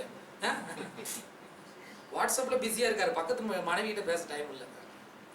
வாழ்க்கை அப்படி இருக்கு. சரி, அப்ப இந்த மொபைல் போனை சார்ஜ் போடுற மாதிரி நம்ம காலையில இருந்து நைட் வரைக்கும் வேலை செஞ்சுட்டு வீட்டுக்கு வரோம். நம்மளுக்கு சார்ஜர் எங்க இருந்துச்சு? பிறக்கும்போது இடுப்புல எங்கேயா தொங்கிட்டு இருந்துச்சா? இல்ல கடையில விற்கிதா? அப்ப அதை பத்தி நம்ம பார்க்க போறோம். நம்ம உடம்புக்கு எப்படி சக்தி வருது அப்படின்னு பாத்தீங்கன்னா, இப்ப பாருங்க, கண்ணு பாக்குது, காது கேக்குது, மூக்கு நுகருது, வாய் பேசுது, வாய் ருசிக்குது, கை கொடுக்குது, கால் நடக்குது, உடம்பு இத்தனை வேலைகள் செய்யுது. இதுக்கெல்லாம் எனர்ஜி எங்க இருந்து வருது? அப்ப காலையில இருந்து இத்தனை உழைப்பு முடிஞ்சோடனே நைட்டு டயர்ட் ஆயிடுச்சுன்னு சொல்றோம். அப்ப பேட்டரி லோ ஆயிடுச்சு, போய் படுத்து தூங்குறோம், காலைல எந்திரிக்கிறோம். இதுதான் நமக்கு தெரிஞ்சது. அப்ப நம்ம உடம்புக்கு சக்தி எங்க இருந்து வருதுன்னு பாத்தீங்கன்னா, நல்லா கவனிச்சுங்க. இந்த 3 தான். முதல் என்ன இருக்குது? ரெண்டாவது என்ன இருக்குது? மூணாவது, நாலாவது, அஞ்சாவது. இந்த காற்று பிரபஞ்சத்தை நம்ம அதிகமா கவனிக்கிறது கிடையாது. இந்த உணவு, தண்ணீர், தூக்கத்தை மட்டும்தான் பெரும்பாலான மனிதர்கள் உலகத்துல 90% நம்பி இருக்கோம். அதுல முதல் இடத்துல என்ன இருக்குது? உணவு. பசிக்குது, 4 மணி நேரத்துக்கு ஒரு சக்தி இல்ல, உடனே சார்ஜ் பண்ணி சொல்லி சாப்பாடு போடுறோம். அடுத்து தாக எடுத்தா தண்ணி குடிக்கிறோம், நைட்டு டயர்டானா தூங்கிடுறோம். இப்போ பாருங்க சாப்பாடு பார்த்தீங்கன்னா முறையற்று போச்சு. எல்லாம் சாப்பிட்ற சாப்பாடு எல்லாம் கெமிக்கலு, ரசாயன பொருட்கள் சரியாம இல்லை. அப்போ என்ன ஆகுது? முதல் விஷயமே தப்பு. சாப்பிடவும் நமக்கு தெரியல. நிறைய சாப்பிட தெரியும், வயிறு முட்டை சாப்பிட தெரியும், விதவிதமா சாப்பிட தெரியும், ஆனா ஆரோக்கியமா சாப்பிட தெரியாது யாருக்கும். அப்போ உணவு கெட்டுருச்சு. அடுத்து குடிக்கிற தண்ணி எப்படி இருக்குன்னு பாத்தீங்கன்னா எல்லாம் தண்ணீரை ஃபுல்லா என்னது மினரல் வாட்டர்ன்ற பேர்ல எல்லாமே கெமிக்கல், எல்லாம் ரேடியேஷன். அடுத்து தூக்கம் இல்ல. அப்போ முக்கியமான அந்த மூணே போயிடுச்சு. நம்ம உடம்பு எப்படி இருக்கும்? சார்ஜ் ஏறுமா? காலைல எந்திரிக்கிறோம், தூங்கி 8 மணி நேரம் தூங்கி எந்திரிச்சு குளிச்சு முடிச்சு 9 மணிக்கு ஆபீஸ்ல போய் உட்காந்து தூக்கம் வருது. உண்மையா இல்லையா? உடனே அதுக்கு ஒரு காப்பி குடிக்க வேண்டியது இருக்கு, ஒரு 12 மணிக்கு இன்னொரு தூக்கம் வருது, ஒரு ஸ்நாக்ஸ் சாப்பிட வேண்டியது இருக்கு, 1 மணிக்கு பசிக்குது, எதாவது வாய்ஸ்ல போட வேண்டியது இருக்கு, மறுபடியும் 3 மணிக்கு காஃபி, 6 மணிக்கு ஒரு காஃபி டீ, நைட்டான ஒரு சாப்பாடு, அப்புறம் அடுக்கும்போது இப்படி எதையாவது செஞ்சுக்கிட்டே தான் இருக்கிறோம். அப்ப சாப்பாடும் போச்சு, தண்ணியும் போயிடுச்சு, தூக்கம் போயிடுச்சு. அப்ப எதை மாத்தணும்? உணவை கண்டிப்பா நீங்க மாத்தி ஆகணும். அடுத்து தண்ணீரை மாத்தி ஆகணும். அடுத்து இந்த தூக்கத்தை அப்படியே வைங்க. அடுத்து பாத்தீங்கன்னா முக்கியமா காற்று. இதுல இருந்து நம்ம சக்தி எப்படி எடுத்துக்கிறோம்? அதிகாலையில் எழுந்திருச்சு சூரிய உதயத்தப்பையோ, இப்போ நான் எடுத்தோடனே உங்களை எல்லாம் காலையில் எழுந்திரிங்கன்னு சொல்ல முடியும். ஏன்னா படுக்கிறதே 1 மணி 12 மணி, வாய்ப்பே இல்லை. கொஞ்சம் அதிகாலையில் எழுந்திரிச்ச உடனேயே நான் அதுக்கப்புறம் சொல்றேன், காலை கடன்லாம் முடிச்சுட்டு பிராணாயாமம் செய்யுங்க. மூச்சு பயிற்சியை ஏதாவது சரியான யோகா மாஸ்டர்கிட்ட போய் கத்துக்குங்க. இல்லை அந்த நேரம் அதெல்லாம் எனக்கு முடியாது அப்படின்னா நல்ல ஒரு 1/2 மணி நேரம் நல்ல ஒரு இயற்கையான இடத்துல நடந்து கொடுங்க. அதுவும் முடியாதுன்னா காலையில எந்திரிச்சு நல்ல வெட்ட வெளியில உட்காந்து நல்லா அமைதி ஆழ்ந்து சுவாசம் பண்ணுங்க. ஏன்னா நம்மளோட சுவாசம் பாத்தீங்கன்னா இங்க இருந்து இங்க வரைக்கும் தான் நடந்துகிட்டு இருக்கு. ஆழ்ந்து யாரும் சுவாசிக்கிறதுல சுவாசிக்கிறமா இல்லையே. அப்ப நுரையீரலுக்கு வேலையே கொடுக்கறல. அப்ப என்ன ஆகும்? நுரையீரல் சரியா வேலை செஞ்சாதான் நம்ம உடம்புல ஆக்சிஜன் உற்பத்தி ஆகும். ஏன்னா நம்மளுக்கு உடம்புல எடுத்துக்கூடிய ஆக்சிஜன்ல 80% ஆக்சிஜன் பிராணன் மூளைக்கு மட்டுமே செலவாகுது. அப்போ உடம்புல ஆக்சிஜன் இல்லைன்னு என்ன ஆகுதுன்னு பாத்தீங்கன்னா காலையிலேயே கொட்டாவி வருது. இது இயல்பா நடந்துகிட்டு இருக்கு. அப்ப பாத்தீங்கன்னா இந்த காற்று காலையில இருந்து அந்த வல்லல்குமார் சொல்றாரு, அமிர்த காற்றுன்ற ஒரு O2 அது காலையில கிடைக்குது. இப்ப காலைல பிராணாயாமம் செய்யலாம், வாக்கிங் போகலாம். அடுத்து உட்கார்ந்து ஆழ்ந்த சுவாசம், அந்த நேரங்களில் உட்கார்ந்து பிரார்த்தனைகள் ஈடுபடும் போது அந்த காலையில அந்த அமுத காற்று உள்ள போகுது. அப்ப இது அதிகமாக அதிகமாக இப்ப யோகிகள் பாருங்க பிராணாயாமம் செய்வாங்க, அவங்க அதிகமா சாப்பிட தேவையில்லை, ஒரு சப்பாத்தி கொஞ்சம் சாப்பிட்டாலே பாருங்க ஆள் ஒல்லியா ஆரோக்கியமா இருக்கிறாங்க. அப்ப நமக்கு இந்த காற்றுல இருந்து பிராணம் எடுக்க தெரியாதனால எப்பயுமே உணவை நம்பியே உட்கார்ந்துருக்கோம். இப்ப இந்த உணவை நம்பியே உட்கார்ந்துக்கிறனால என்ன ஒரு பிரச்சனை இருக்குன்னா நான் சொல்றேன். அடுத்து பாருங்க பிரபஞ்சத்துல இருந்து ஆற்றலை எப்படி எடுத்துக்கிறது அப்படின்னா, நம்ம உடம்பு பாத்தீங்கன்னா இந்த லிவிங் மேக்னெட் சொல்லுவாங்க. என்ன சொல்லுவாங்க? வாழ்ந்து கொண்டிருக்கக்கூடிய ஒரு காந்தம். அப்ப நம்ம உடம்பு பாத்தீங்கன்னா இந்த பிரபஞ்சத்துல இருக்கக்கூடிய காந்த சக்திகளை இழுத்துக்கிட்டே இருக்கும்.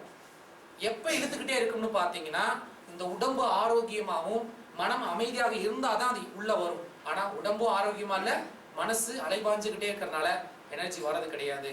நைட்டு தூங்கும் போது உடம்பும் மனசு ஓய்வா இருக்கிறதுனால கொஞ்சமா உள்ள வருது. அதை எப்படி எடுத்துக்கலாம்னா தியானம். தியானத்துல மனம் உடம்பு அமைதியாகி வெற்றிடம் ஏற்படும் போது பாத்தீங்கன்னா அந்த பிரபஞ்ச சக்தி உள்ள வருது. ஆரம்பத்துல தியான பயிற்சிகள் நீங்க செஞ்சுக்கிட்டு இருக்கும்போது பாத்தீங்கன்னா எல்லாருக்கும் ஒரு அனுபவம் ஏற்படும். இந்த உச்சந்தலையில ஒரு அழுத்தம் ஏற்படும். நிறைய பேருக்கு அனுபவம் இருக்கும். அமைதியா உட்கார்ந்துகிட்டே இருங்க, இல்ல இனிமேல் கொஞ்சம் தியானம் பண்ண ஆரம்பிச்சீங்கன்னா முதல்ல இந்த உச்சந்தலையில ஒரு அழுத்தம் ஏற்படும். என்னன்னு பாத்தீங்கன்னா இந்த பிரபஞ்ச சக்தி உங்க உடம்புக்குள்ள இறங்க ஆரம்பிக்கும்.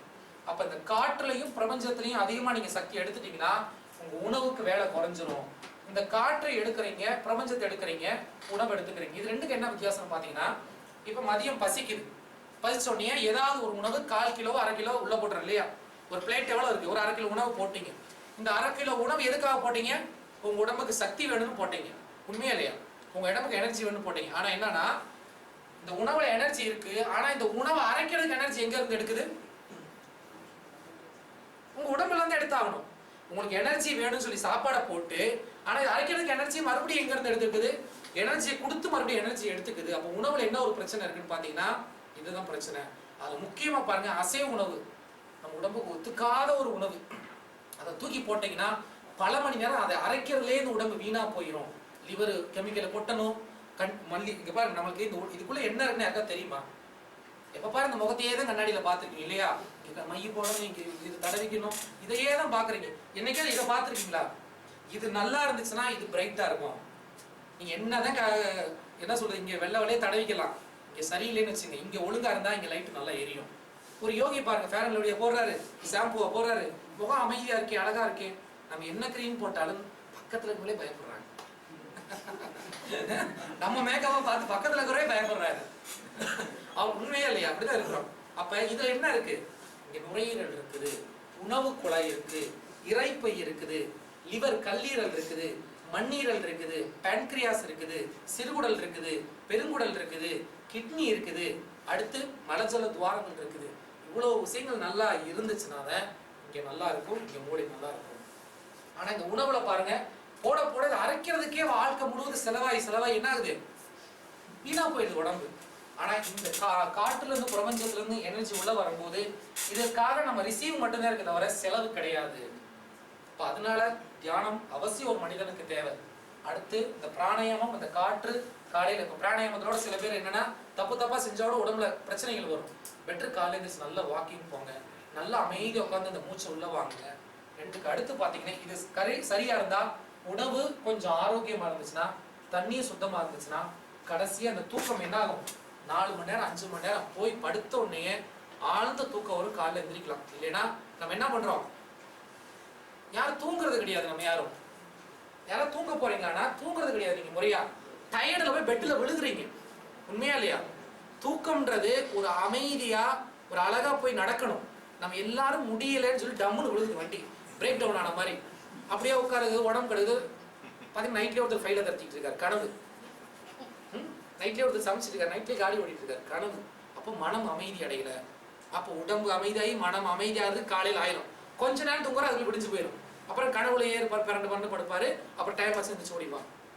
ஆரோக்கியம் இல்லை. அப்ப தூக்கம், தியானம் இது எல்லாம் சரியாச்சுனால ஆரோக்கியமான தூக்கம் வரும் உங்களுக்கு. ரொம்ப ரொம்ப முக்கியம் அது. இதுக்கு நீங்க நேரம் செலவு பண்ணுங்க. சரி, அடுத்து முக்கியமான ஒரு விஷயம் பார்க்கலாம்.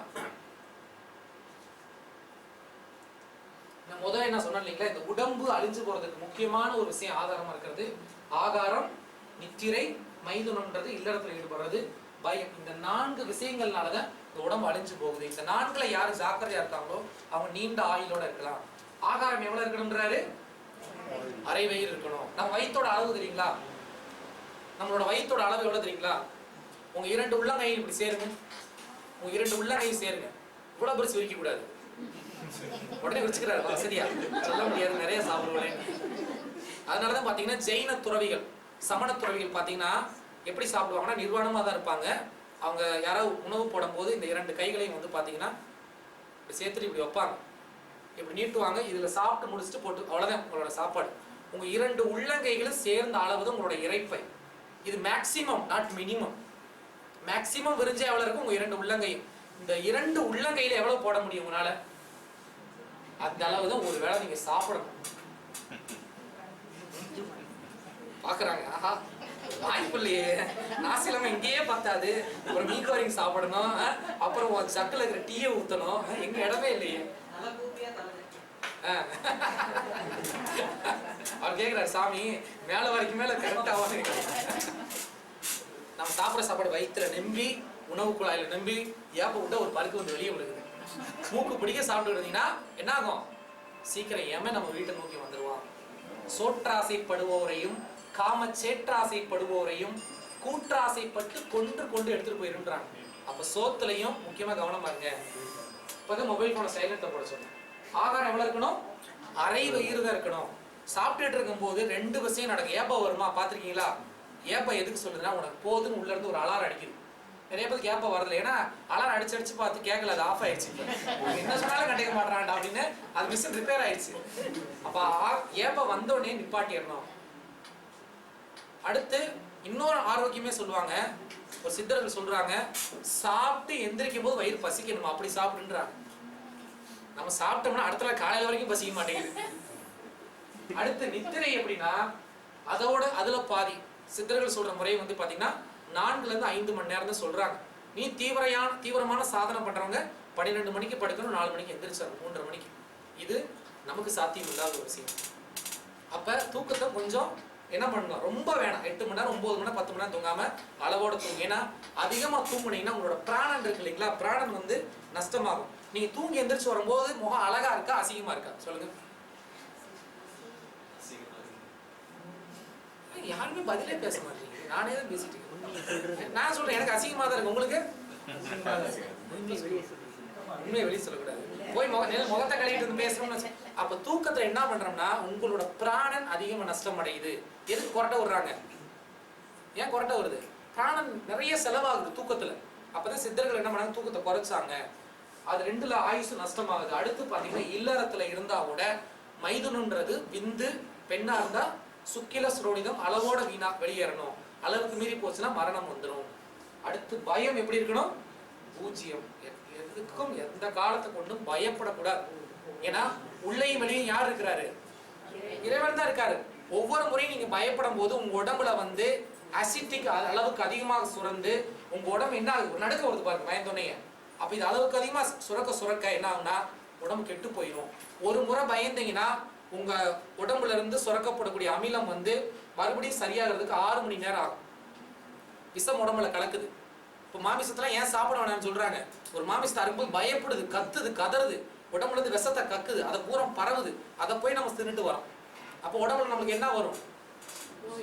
நினைச்சு பாருங்க. அப்ப இதுதான் முக்கியமான சூத்திரம். சாப்பாட்டுல கவனமா இருங்க, நித்திரையில அளவோட தூங்குங்க. ஞாயிற்றுக்கிழமை லீவ் கிடைக்கின்றக்கா 12 மணி வரைக்கும் உட்காந்து தூங்கிட்டு உட்காந்துருக்காதீங்க. அடுத்து மைதுனம், இல்லறத்துல இருந்தோட அளவோட இருங்க. பயம் பூஜ்ஜியமா இருக்கணும். இது எல்லாமே பாத்தீங்கன்னா வள்ளல் பெருமான். ஏன் இந்த விஷயங்கள் எடுத்து சொல்றேன்னா, வள்ளலாருன்னா நம்ம மக்களுக்கு எல்லாம் தெரிஞ்சது. நிறைய பேர் இப்ப சொல்றாங்க, எப்ப பாரு மரணம் இல்லா பெருவாழ்வு, மரணம் இல்லா பெருவாழ்வு, இதையே சொல்லுவாங்க. இல்லைன்னா சோறு போடுறது, வள்ளலாருன்னா சோறு போடுவாரு, பஜனை போடுவாங்க. இப்படியே பேசிட்டு வள்ளலார் இவ்வளவு விஷயங்கள் சொல்லியிருக்காங்க தெரிய மாட்டேங்குது. இதெல்லாம் ரொம்ப சிம்பிளிஃபையா எளிமையா தமிழ் எழுதி வச்சிருக்காரு. இந்த நூல் வந்து 60 ரூபாய் தான். எவ்வளவு? உங்க காசுக்கு என்ன 3 வெள்ளி வருமா?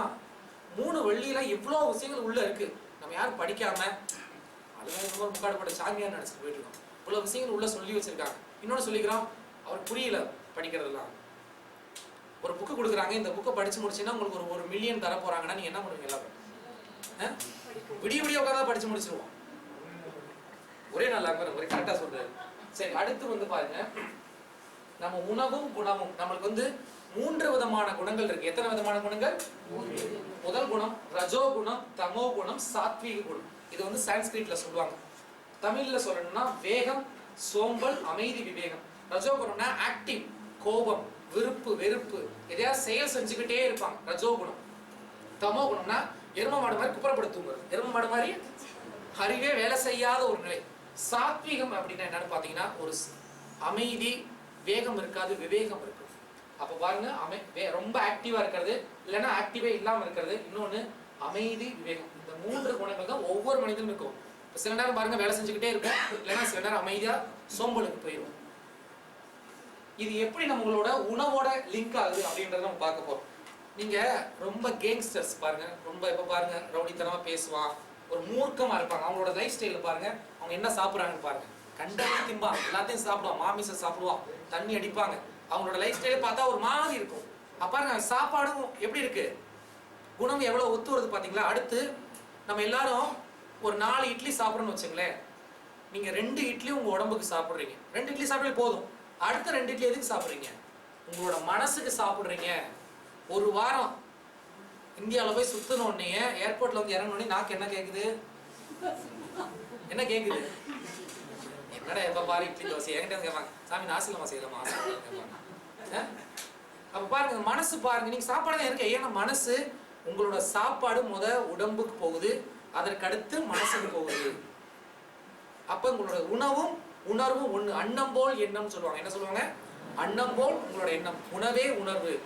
சரி, முதல் என்னன்னா ரஜோ தமோ குணங்களை கொடுக்கக்கூடிய உணவுகள்ல முதல் இடத்துல என்ன இருக்கிறது? மாமிசம். மிருகத்தை தின்னா நம்மளோட உணர்வு எப்படி இருக்கும்? மிருகமா தான் இருக்கும். அப்ப முதல் மாமிசத்தை தூக்கி எரிஞ்சல். எக்காரணம் கொண்டும் ஒரு உயிரை கொண்டு சாப்பிடக்கூடாது. மனிதனுக்கு விதிக்கப்பட்ட ஆகாரமும் கிடையாது, எதுவுமே கிடையாது. அதனால மாமிசத்தை தூக்கி போடு. அடுத்து என்னது? Acetic food. நம்ம உடம்பு பாத்தீங்கன்னா அமிலத்தன்மையா காரத்தன்மையான்னு பாத்தீங்கன்னா நம்ம உடம்பு வந்து காரச்சத்து, அதாவது வந்து ஆல்கலைன் ஆசிட்னு சொல்லுவாங்க. கேள்விப்பட்டிருக்கீங்களா? யாரோட உடம்பு வந்து ஆல்கலைன்ல அளவுக்கு அதிகமா இருக்குதோ அவங்க ஆரோக்கியமா இருக்கும். ஆனா நம்ம சாப்பிட்ற உணவுகள்னாலையும் நம்ம வாழ்க்கை முறைகள்னாலையும் நம்ம உடம்பு அசிட்டிக்கா மாறிட்டு வருது.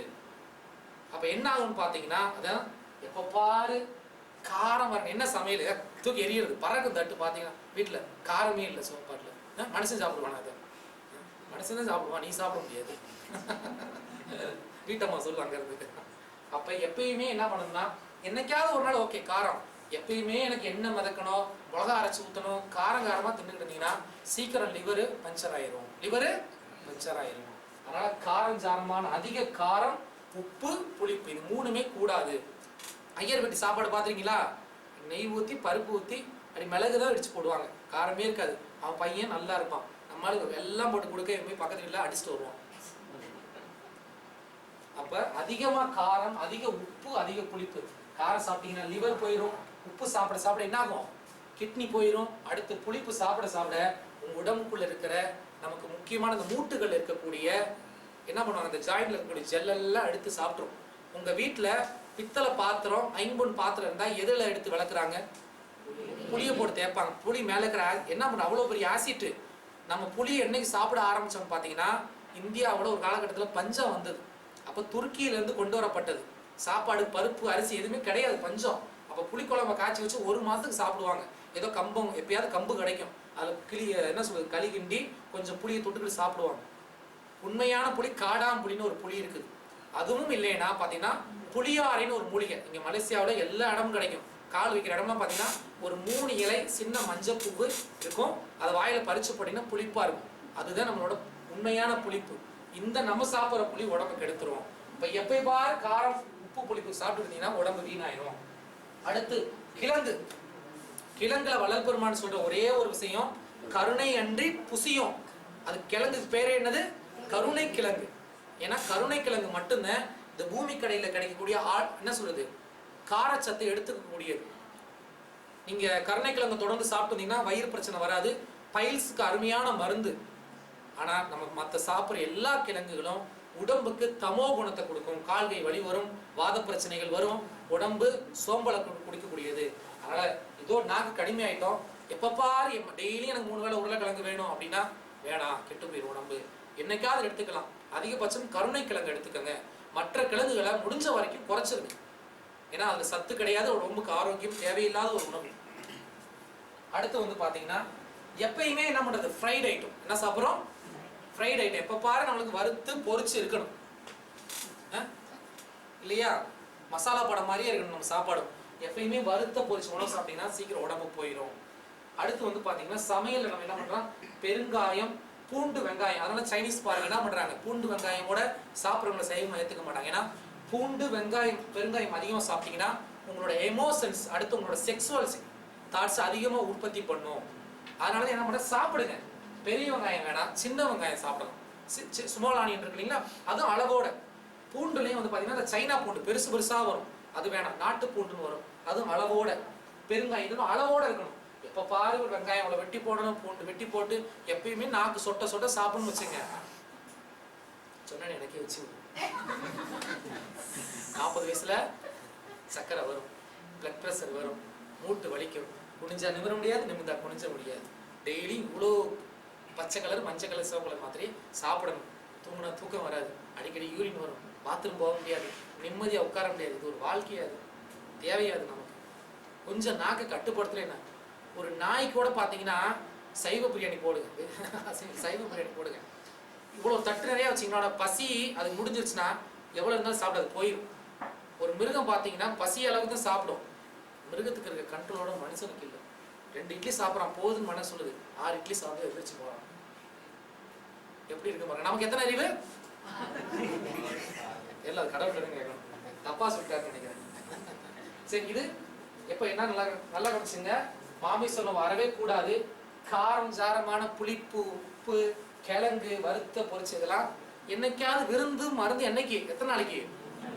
ஆனா விருந்து 365 நாளும் வச்சிருக்கிறோம், மருந்தும் 365 நாள் வந்துடும் கண்டிப்பா. டெய்லி காலையில் எழுந்திரிச்சு இந்த டப்பா பார்ப்பேன். இந்த டெய்லி கிழமை போட்டிங்க ஒரு டப்பா வந்துச்சு. இப்பதான் பார்த்தேன் மருந்துல சாட்டர்டே மண்டே எல்லாம் டப்பாவை திறக்கிறாரு, ஒன்று அள்ளி போட்டுக்கிறாரு, விபூதி பிரசாதம் மாதிரி. நீங்க என் கூட ஒருத்தர் தங்கி இருந்த ஒரு பெரிய காலையில் பார்த்து வந்துருச்சு. இவ்வளோ பெரிய டப்பாங்க மாத்திரைக்கு. ஐயா வந்து அந்த மியான்மர்ல இருந்து உட்காந்து பாருங்க, என்னங்கய்யா செய்றீங்க? மாத்திரை சாப்பிட்றேன். நீங்க சாப்பிட்ற மாத்திரை மாதிரி இல்லை, மிட்டாய் சாப்பிட்ற மாதிரி சாப்பிட்டுருக்கீங்க. என்ன பண்றது தெரியலையே, பழகிட்டோம். தயவு செய்து அதை தூக்கி குப்பை தொட்டில போட்டு போங்கன்னு சொன்னேன். உங்களுக்கு மருத்துவர் கொடுக்கறதுல ஒரு மாத்திரை தான் வேலை செய்யுது, மீதி 4 பிஸ்னஸ்க்காக கொடுக்குறாங்க. இது வெளியே சொல்ல முடியாத ஒரு உண்மை. எப்போ பாரு எதையாவது மாத்திரை மருந்து அள்ளி வாயில போடாங்க. அது என்னன்னு தெரியுமா? கெமிக்கல். பையனுக்கு பெனடால் போடு, தலைவலியை. நீங்களே ஒரு டாக்டர் ஆயிடுறாங்க. இப்போ ஏதோ ஆத்திர அவசரத்துக்கு அதை பயன்படுத்திக்கலாம். எப்போ பார்த்து போனீங்கன்னா முழுக்க முழுக்க கெமிக்கல், கிட்னி போயிடும் சீக்கிரம். அப்புறம் பழகிடும் அதுவே உடம்புக்கு. தலைவலிக்கு 1000 விஷயம் இருக்கு. உடம்பு சூடான தலைவலி வரும், டென்ஷன் ஆன தலைவலி வரும், பசி வந்தா தலைவலி வரும், உஷ்ணமாக இருந்த தலைவலி வரும். இதுக்கு 1000 விஷயம் இருக்கு. எல்லாத்துக்கும் எப்படி ஒரு மருந்து ஆகும்? அப்ப இந்த விஷயங்களை ஜாக்கிரதையா இருங்க. சரி, எது சாப்பிடணும்?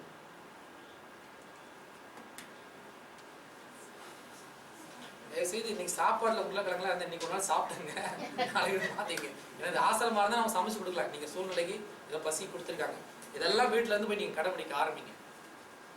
தயவு செய்து காய்கறிகள் நிறைய சாப்பிடுங்க. அந்த காய்கறியும் என்னன்னா நாட்டு காய்கறிகள். இங்க உங்க ஊர்ல மலேசியாவுல உங்க சூழலை சுத்தி எது விளையுதோ அதை வாங்கி சாப்பிடுங்க. இவ்வளவு பெரிய கத்திரிக்காய், இவ்வளவு பெரிய கேரட்டு, இவ்வளவு பெரிய முள்ளங்கிலாம் வாங்காதீங்க. அடுத்து பழங்கள் எதுவுமே ஹைபிரிட் பழங்கள். அடுத்து ரொம்ப நாள் தாங்கக்கூடிய ஆரஞ்சு பழம் 2-3 மாசத்துக்கு முன்னாடி இங்கேயோ பறிக்கலாம் ஏதோ ஒரு காட்டுல. 3 மாசமாயே ஆரஞ்சு ஃப்ரெஷ்ஷா இருக்கு. எப்படி இருக்க முடியும்?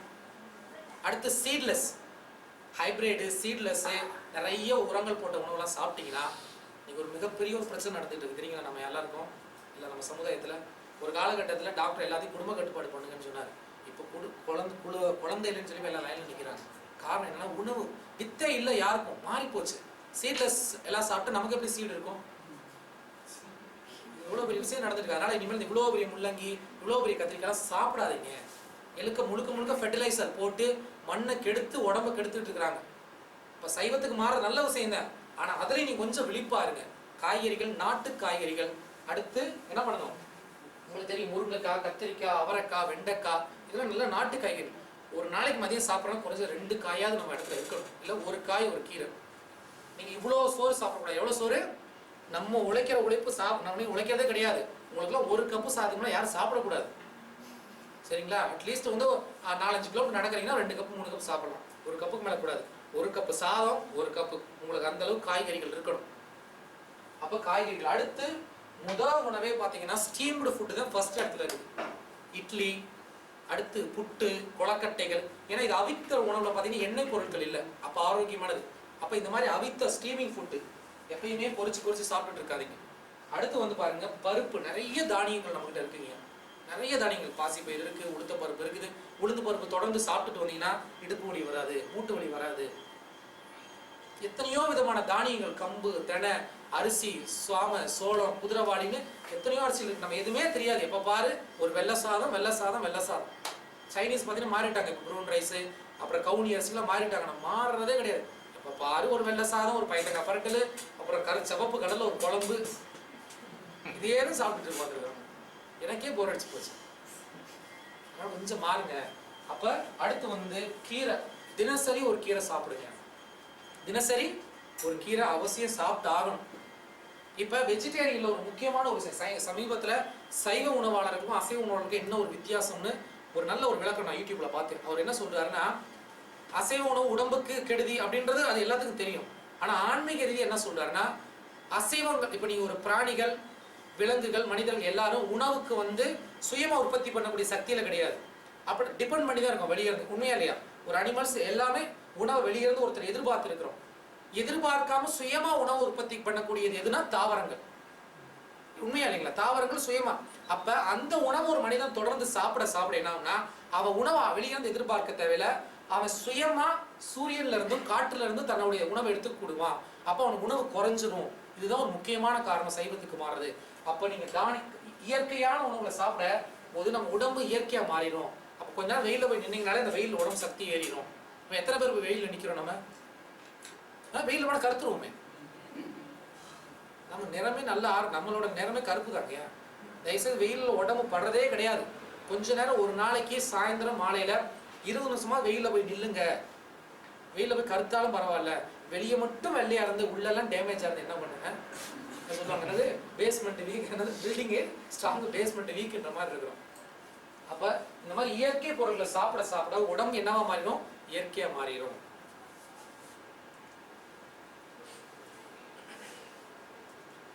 சரி, எப்படி சாப்பிடணும்? அது எங்களுக்கு தெரிஞ்ச விஷயமா. சரி, அதை நம்ம சொல்லணுமா?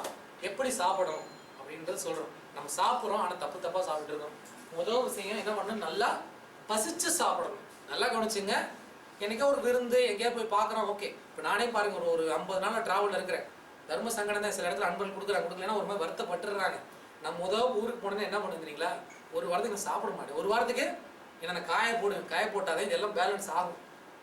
இல்லைன்னா என்ன, உடம்பு கெட்டு போயிடும், மனசும் கெட்டு போயிடும் ஆட்டோமேட்டிக்காக. எல்லாம் உள்ளே போய் வேலை செய்யுது இல்லைங்களா. ஒரு வாரம் காய போட்டு அப்படி எப்படி கொஞ்சம் கொஞ்சமாக சாப்பிட்டு உடம்பு சரியாக கொண்டு வரணும். டெய்லி விருந்து சாப்பிட்டு இருந்தோம்னா போயிடும். அப்போ பசிச்சு சாப்பிடுங்க, மருந்தே தேவை கிடையாது. நல்லா பசி எடுத்துட்டு சாப்பிடுங்க. அடுத்து பாருங்க, சாப்பிடும் போது என்ன பண்ணலாம், முடிஞ்ச வரைக்கும் முயற்சி பண்ணி பாருங்க. ஒரு நல்ல அனுபவம் இருக்கும். இல்லை வீட்டில் வந்தப்போ கூட சில நேரம் ஆஃபீஸில் இருக்கீங்க முடியாது, வீட்டில் வந்தோட கை கால் முகத்தெல்லாம் கழுவிட்டு கீழே சம்பளங்கால் போட்டு உட்காந்து சாப்பிட்டு போடுங்க. டைனிங் டேபிள் எதுக்கு? வெள்ளைக்காரவங்களும் டைனிங் டேபிள் இருக்குது, அவன் கீழே உட்காந்தா சில்லுன்னு இருக்கும். நீங்கள் ஏன் டைனிங் டேபிள் உட்காரணும்? டைனிங் டேபிள் உட்காந்து மூட்டு தான் செத்து போச்சு, கிளம்புனா தான் நம்ம ஆகிட்டோம். எதுக்கு டைனிங் டேபிள் உட்காந்து சாப்பிட சொல்லுங்க? எல்லாரும் தெரியல, எல்லாரும் உட்காராங்க, நானும் உட்காரேன். உண்மையா இல்லையா? எல்லாரும் வீட்லயும் இருக்கு, அதனால நானும் போட்டிருக்கேன். ஏன் டைனிங் டேபிள் உட்காரணும், கீழே உட்காரக்கூடாதா? டைனிங் டேபிளில் உட்காந்து சாப்பிட்டீங்கன்னா அவ்வளோ சீக்கிரம் ஜீரணம் ஆகாது. கீழே உட்காரும் போது நம்மளோட ரத்த ஓட்டம் முழுதும் பாதத்துக்கு தான் போகும். சப்பளங்கால் போட்டு உட்காரும் போது உங்க ரத்த ஓட்டம் இடுப்போடு நின்றுக்குது, காலுக்கு போறது கிடையாது. அப்ப இடுப்பு பகுதியில தான் இறைப்பை இருக்கு, அப்ப ஜீரணத்துக்கு தயாராயிரும். அடுத்து குனியும் போது உங்களோட இறைப்பை திறக்கும், நிமிரும் போது மூடிக்கிறோம். அப்ப குனியும் போது திறக்கும். அப்ப சாப்பாட்டுக்கு பாத்தீங்கன்னா அது ஒரு எக்ஸசைஸ் மாதிரி. அடுத்து சப்பளங்கால் போட்டு உட்காந்தா அளவுக்கு மீறி சாப்பிடக்கூடாது, சாப்பிட முடியவும் முடியாது. அப்ப கை கால் கழுவி முகத்தை கழிட்டு உட்காந்து சாப்பிடுங்க. அடுத்து முக்கியமான விஷயம், ரொம்ப கோபமா இருக்கும்போது, கவலையா இருக்கும்போது, துக்கப்படும் போது என்ன பண்ணக்கூடாது, சாப்பிடக்கூடாது. ஏதோ வீட்டில் ஒரு பிரச்சனை, ஏதோ டென்ஷன், என்ன பண்ணலாம், நல்லா முகையெல்லாம் கழுவிட்டு ஒரு தண்ணி கொஞ்சம் குடிச்சிட்டு கொஞ்சம் அமைதியாயிட்டு அப்புறம் சாப்பிடுங்க. ஏன்னா அந்த நெகட்டிவ் உணர்வுகளோட சாப்பிட்டீங்கன்னா என்ன ஆகும்னு பார்த்தீங்கன்னா, எந்த ஒரு எமோஷன்ஸுக்கும் அடுத்தபடி every action there is equal and opposite reaction. அப்போ நீங்கள் ஒரு ஆக்ஷன் நடக்குதுன்னா ரியாக்ஷன் மூளையில் நடக்கும். கோபமா இருக்கீங்களா, இதை சரி பண்ணுறதுக்கு ஒரு கெமிக்கல் அங்கே சுரந்து வரும், வறந்து விஷமாக மாறிடும் நீங்கள் சாப்பிட்ற சாப்பாடு. எந்த ஒரு எமோஷன்ஸ், பாசிட்டிவ் எமோஷன்ஸ் பிரச்சனை கிடையாது, சந்தோஷமா அமைதியாக இருக்கும்போது சாப்பிடலாம். நெகட்டிவ் எமோஷன்ஸ் இருக்கும்போது சாப்பிடக்கூடாது. அடுத்து முக்கியமான விஷயம், டைனிங் டேபிள்ல என்ன இருக்குது, டிவி இருக்குது. வாணி ராணி பார்த்துக்கிட்டு அங்கே திட்டிக்கிட்டே எல்லாம் டிவி பார்த்துக்கிட்டு தயவு செய்து சாப்பிடாதீங்க. ஒரு 10 நிமிஷம் ஒரு 5 நிமிஷம் டிவி ஆஃப் பண்ணிட்டு சாப்பிடுங்க. இல்லைன்னா சாப்பிட்ற இடத்துல டிவியை வைக்காதீங்க, சாப்பிட்ற இடத்துல தனித்தனியாக வைங்க. நீங்கள் அங்கே சண்டை காட்சி பார்த்துட்டு சாப்பிட்றோம், அங்கே சண்டை தான் ஓடுது மூலையில், அது எப்படி போய் சாப்பாடுங்க ஜீரணம் ஆகும்? சண்டே தான் ஆகும், சாப்பிட்ற சாப்பாடெல்லாம் விஷமாக தான் மாறும். அடுத்து சாப்பாடை எப்படி சாப்பிடணும் அடுத்து நம்ம சொல்கிறேன். அடுத்து வந்து பார்த்தீங்கன்னா, சாப்பிட்றதுக்கு முன்னாடி பிரார்த்தனை, இறைவா இந்த உணவு கொடுத்ததுக்கு ரொம்ப நன்றி, இந்த உணவு இல்லாமல் எத்தனையோ ஜீவனுக்கு கஷ்டப்படுது, நான் முன்ன புண்ணியத்தினால இந்த உணவு கொடுத்தீங்கன்னு ஒரு பிரார்த்தனை பண்ணும்போது என்ன ஆகணும், இயல்பா ஒரு பிரார்த்தனை பண்ணிட்டு ஒரு 2-3 முறை ஆழ்ந்த சுவாசம் பண்ணீங்கன்னா ஒரு அமைதி நிலைக்கு வந்துடுவீங்க. ஏன்னா அந்த சாப்பிட்ற சாப்பாடு முக்கியங்க, நீங்கள் ஓடுறது உழைக்கிறது எல்லாம் அதுக்கு தான். இது சரியா இல்லாமல் இருந்து நீங்கள் என்ன பண்ண போறீங்க?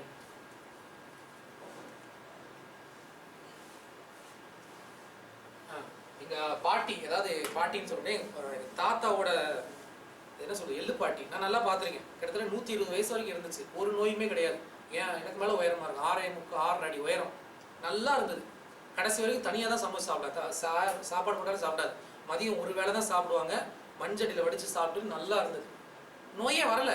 ஒரு இடம் எல்லாம் வீட்டில் சத்தம் போட்டுட்டாங்க, திட்டாங்க ஏதோ ஒன்று, அதில் மனசு கஷ்டத்தில் படுத்துச்சு, காலையில் இறந்துருச்சு. அவ்வளோ எப்படி வாழ்ந்தாங்க பாருங்க. அந்த பாட்டி எனக்கு அடிக்கடி சொல்ல, என்ன உட்கார வச்சுட்டு அந்த போய் நான் காலை அமுக்கிட்டேன்னா முட்டாய் தருவாங்க, அதுக்காகவே நான் காலை அமுக்குவோம். அது என்ன சொல்கிறேன், நொறுங்க தின்னுடா, நல்லா 100 வயசு வாழலாம், நொறுங்க தின்னு சொல்லுவாங்க. சாப்பிட்றது என்ன பண்ணுறோம்னா வாயை மூடிக்கிட்டு தான் சாப்பிடணும். சாப்பிடும்போது எப்படி சாப்பிடணும், 2 உதடும் மூடி தான் சாப்பிடணும், வாய் திறந்துருக்க கூடாது, நல்லா மூடி நல்லா மெல்லுங்க. நீங்க என்ன பண்றாரு, ஏன் 50 வயசு பல்லெல்லாம் போயிடுது தெரியுங்களா? கடவுள் கொடுத்தாரு, யூஸ் பண்ணல என்ன பண்ணுவார், வாங்கிடுவார். பல்ல கொடுத்தது மென்னு சாப்பிட்றது நம்ம யூஸ் பண்றதே இல்லை. ஒரு மிழுங்க அவ்வளவு முடிஞ்சு போச்சு. உங்க குடல் என்ன பல்லா இருக்குது, பல்லு இங்க இருக்கு. நீங்க சாப்பிட்ற சாப்பாடு 60% 70-80% உங்க வாயிலே ஜீரணம் ஆயிரணும். உங்களோட பாருங்க, இப்போ ஊறுகாய், எலுமிச்சை ஊறுகாய் யார் யாருக்கு பிடிக்கும்? எலுமிச்சை ஊறுகாய் யார் யாருக்கு பிடிக்கும்? மாங்காய் ஊறுகாய் சொல்லும் போது எல்லாருக்கும் எச்சி ஊறுதா இல்லையா? உண்மையை சொல்லுங்க, எனக்கு ஊறிடுச்சு. ஊறுதா இல்லையா? ஊறுதா? உங்களுக்கு இந்த ஊறுகாய் நினைச்சோடனே ஊறுது. அப்ப நீங்க நினைச்ச உடனேயே அதை ஜீரணம் பண்றதுக்கான நீர் சுரந்துருச்சு பாருங்க, எவ்வளவு சயின்ஸ் பாருங்க. அங்க ஒரு உங்களுக்கு பிடிச்ச சாப்பாடை பார்த்தா இங்க ஊறுது. அப்ப எண்ணத்துல நீங்க என்ன சாப்பிட போறீங்களோ அதுக்கு தேவையான ஜீரண நீர் வாயில தான் ஊறுது, இங்க கிடையாது. அடுத்துதான் அப்ப நீங்க சாப்பாடை போட்டு மென்னு சாப்பிடும் போது என்னன்னு பாத்தீங்கன்னா நிறைய சாப்பிட தேவையில்லை. அதே மாதிரி அடிக்கடி தண்ணி குடிப்பாங்க பாத்தீங்களா, சாப்பிட்டு ஒரு வாய் சோறு ஒரு வாய் தண்ணி, ஒரு வாய் சோறு தண்ணி கூடாது. சாப்பிட்றதுக்கு முன்னாடி கடகடன்னு தண்ணி குடிக்கூடாது, சாப்பிட்டு முடிச்ச பிறகு கடகடன்னு தண்ணி குடிக்க கூடாது. நல்லா வாயை மூடி நல்லா மென்னு நல்லா கூழாக்கி சாப்பிட்டீங்கன்னா நிறைய சாப்பிட முடியாது, கொஞ்சமே போதும். அதனால நொறுங்க தின்னுங்க. அடுத்து என்னது, சாப்பிடுவதற்கு முன்னும் பின்னும் சாப்பிடும்போது தண்ணி குடிக்க கூடாது. இங்க வந்தோடனே என்ன ஆர்டர் பண்றாங்க, சாப்பாடு முடிச்சோன்னு கேட்பாங்க என்ன தண்ணி சார். தயவு செய்து உங்களோட பட்ஜெட்ல ஒரு தண்ணி எவ்வளவு விலைங்க, 1 வெள்ளி 2 வெள்ளி 3 வேளை சாப்பாடுக்கு கொடுத்துட்டு 6 வெள்ளி மிச்சம், உங்களுக்கு ஒரு 6 வெள்ளி மிச்சம் பண்ண தயவு செய்து இனிமேல் எந்த தண்ணி ஆர்டர் பண்ணாங்க. சாப்பிடும்போது தண்ணி எதற்காக போது சாப்பிடும்போது வைப்பாங்கன்னா ஒருவேளை விக்கிச்சுன்னா குடிக்கிறதுக்கு, அடைச்சிக்கிச்சுன்னா குடிக்கிறது தவிர வேற எதுக்கும் கிடையாது. தண்ணி குடிக்க கூடாது, தனியா சாப்பிடுங்க. தண்ணி குடிக்கலாம் எதுனா சுடு தண்ணி இல்லைன்னா நார்மலான வாட்டரு. சாப்பிட்டு முடிச்சோடனே கொஞ்சமா இந்த இடத்த அந்த எதுவும் அடைக்காம இருக்கிறதுக்காக குடிக்கணும். அதற்கப்புறம் ஒரு 1/2 மணி நேரம் கழிச்சு தான் தண்ணி குடிக்கணும். இடையில தண்ணி குடிக்காதீங்க. குடிச்சிங்கன்னா சாப்பிட்ற சாப்பாடு எல்லாம் கெட்ட கொலஸ்ட்ராலா மாறிடும், ஜீரணம் நடக்காது. உங்களோட ஜீரண அமிலம் இருக்கு இல்லைங்களா, நீர்த்து போயிடும், அந்த ஆசிட் வந்து நீர்த்து போயிடும். அதனால தயவு செய்து சாப்பிட்றதுக்கு முன்னாடி நிறைய பேர் லஞ்சில் போய் உட்காருவாங்க, அப்போதான் கடகடன்னு தண்ணி குடிக்கிறது. வயிறு நம்பி போச்சு. அப்புறம் நீங்க சாப்பாடு எதில் போட போறீங்க? சரி, சாப்பிட்டு முடிச்ச பிறகு வயிறு அடைச்சிருச்சு, அதுக்கப்புறம் நீங்க குடிக்கிற தண்ணி எங்க போய் நிற்க போகுது? அதனால சாப்பிட்றதுக்கு முன்னாடியும் தண்ணி குடிக்கக்கூடாது, சாப்பிட்டதுக்கு அப்புறமும் தண்ணி குடிக்கக்கூடாது. சாப்பிட்டு முடிச்ச பிறகு லேசா சுடு தண்ணியோ இல்லை நார்மல் வாட்டரோ கொஞ்சமா குடிச்சா போதும். இதை ப்ராக்டிஸ் பண்ணுங்க. அதே மாதிரி சாப்பிடும் போது கவனத்தை இங்கே வச்சு சாப்பிடுங்க. இங்க வைக்கணும், தொண்டைக்குழியில கவனம் வச்சு சாப்பிட்டீங்கன்னா உங்களுக்கு விக்கல் ஏற்படாது, தண்ணி தாகம் ஏற்படாது. நல்லா மென்னு சாப்பிடுங்க. அடுத்து வெந்நீர். இது வந்து இயற்கை வைத்தியத்துல சில பேர் பச்சை தண்ணி சாப்பிடணும்னு சொல்றாங்க, அது கூடாது. வெந்நீர் தான் அருந்தணும். வள்ளல் பெருமான் சொல்ற ரேசியை பார்த்தீங்கன்னா 5 லிட்டர் தண்ணியை 2 லிட்டர் ஆக்கி குடிங்கன்னு சொல்றாரு. ஏன் அப்படின்னா நிறைய பேர் பச்சை தண்ணியில கொதிக்க வச்சா எல்லாம் செத்து போயிருது. சத்து கிடையாது. நீர்ல வந்து பாத்தீங்கன்னா 3 விதமான விஷயங்கள் இருக்கு. ஒண்ணு நீர்ன்ற பூதம், விஷம்ன்ற பாகம், அடுத்து அமுதம் கீழே இருக்கு.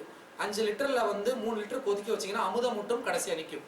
அப்ப திருமூலர் சொல்வாரு, நீரை சுருக்கி, எல்லாரும் சொல்லுங்க, நீரை சுருக்கி நெய்யை உருக்கி மோரை பெருக்கி. இதுதான் நீரை சுருக்குதல்னா நீரை கொதிக்க வச்சு சுண்ட காய்ச்சணும், நெய்யை உருக்கி தான் சாப்பிடணும். மோரை வந்து என்ன பண்ணணும், நல்லா ஆத்தி தயிரை மோராக்கி தான் சாப்பிடணும். அப்ப ஆரோக்கியமான வாழ்க்கை அது. அப்ப வெந்நீர் தான் அருந்தணும். இது சித்தர் நெறி உணவு முறை. அடுத்து சாப்பிட்ட பின்னாடி உடனே போய் என்ன பண்ணக்கூடாது, ஹார்ட் ஒர்க் பண்ணக்கூடாது. வள்ளல் பெருமான் சொல்றார், மதிய உணவு சாப்பிட்டோன்னே இடதுகை பக்கமா, ஏன்னா உங்களோட இறைப்பையும் உங்களோட இருதயம் இந்த பகுதியில் தான் இருக்கு. இப்படி சாப்பாடு போட்டோன்னு இப்படி அழுத்திக்கிட்டு இருக்குது. நீங்க படுக்கும்போது நல்லா நீண்டு கொடுத்து ஜீரணத்துக்கு உதவியா இருக்கும். எங்க ஆபீஸ்ல படுத்து எனக்கு சீட்டு கிழிஞ்சிடும் சார் அப்படின்னா என்ன பண்ணலாம், ஒரு ஓரமா உட்காந்து அமைதியா உட்காரலாம். ஒரு 5 நிமிஷம். ஜப்பான் கம்பெனிலாம் கேள்விப்பட்டிருக்கீங்களா? இப்போ சிங்கப்பூரோடலாம் வந்துருச்சு. கொஞ்ச நாள் ஓய்வு எடுக்க சொல்றாங்க. ஏன்னா ஓய்வு வேணும், இல்லைன்னா முடியாது. நம்ம என்ன மிஸ்ஸுனா என்ன, தட்டினா எப்போ பார்த்தாலும் ஓடிக்கிட்டே இருக்கிறது. மதியம் சாப்பிட்டு நீங்கள் என்ன பண்ணலாம், ஒரு ஓரம் அப்படி கொஞ்ச நேரம், இல்லை உங்கள் சேர்லேயே ஒரு காக்கா தூக்கம், இல்லை கொஞ்ச நேரம் பட்டோட கொண்டு போய் முகத்தை கழுவிக்கலாம். ஏன்னா நீங்கள் கொஞ்சம் ஓய்வாக இருந்தீங்கனால இதை ஜீரணிக்கும். அந்த நேரம் மறுபடியும் நீ ஹார்ட் ஒர்க் பண்ணீங்கன்னா ஜீரணம் சரியாக வேலை செய்யாது. இப்போ ரோட்டில் வேலை செய்கிறாங்க, வெயிலில் வேலை செய்கிறாங்கன்னா அவங்க உடம்பு சிஸ்டமே வேறு. அவனுக்கு கல்ல போட்டாலே ஜீரணம் ஆயிடும். அவன் குனிகிறான், நிமிறான், வெயிலே நிற்கிறான், வேர்க்குது, அவனுக்கு பசிக்கும், அவங்க கதை வேறு. அவங்க நீ என்ன நாளாலும் செஞ்சிடும். ஆனால் நம்மளாம் சாப்பிட்டப்பா கொஞ்ச நேரம் ஓய்வு எடுக்க தப்பே கிடையாது. அடுத்து வந்து ஆகாரம். முதல்ல சொன்னேன், ஆகாரம் எவ்வளவு இருக்கணும், ஒரு நல்லா கவனிச்சுங்க. ஒரு பாத்திரம், சரி, ஒரு பாத்திரம் இருக்கு. ஆகாரம் எவ்வளவு இருக்கணும், இதுல அரை வயிறு தான்.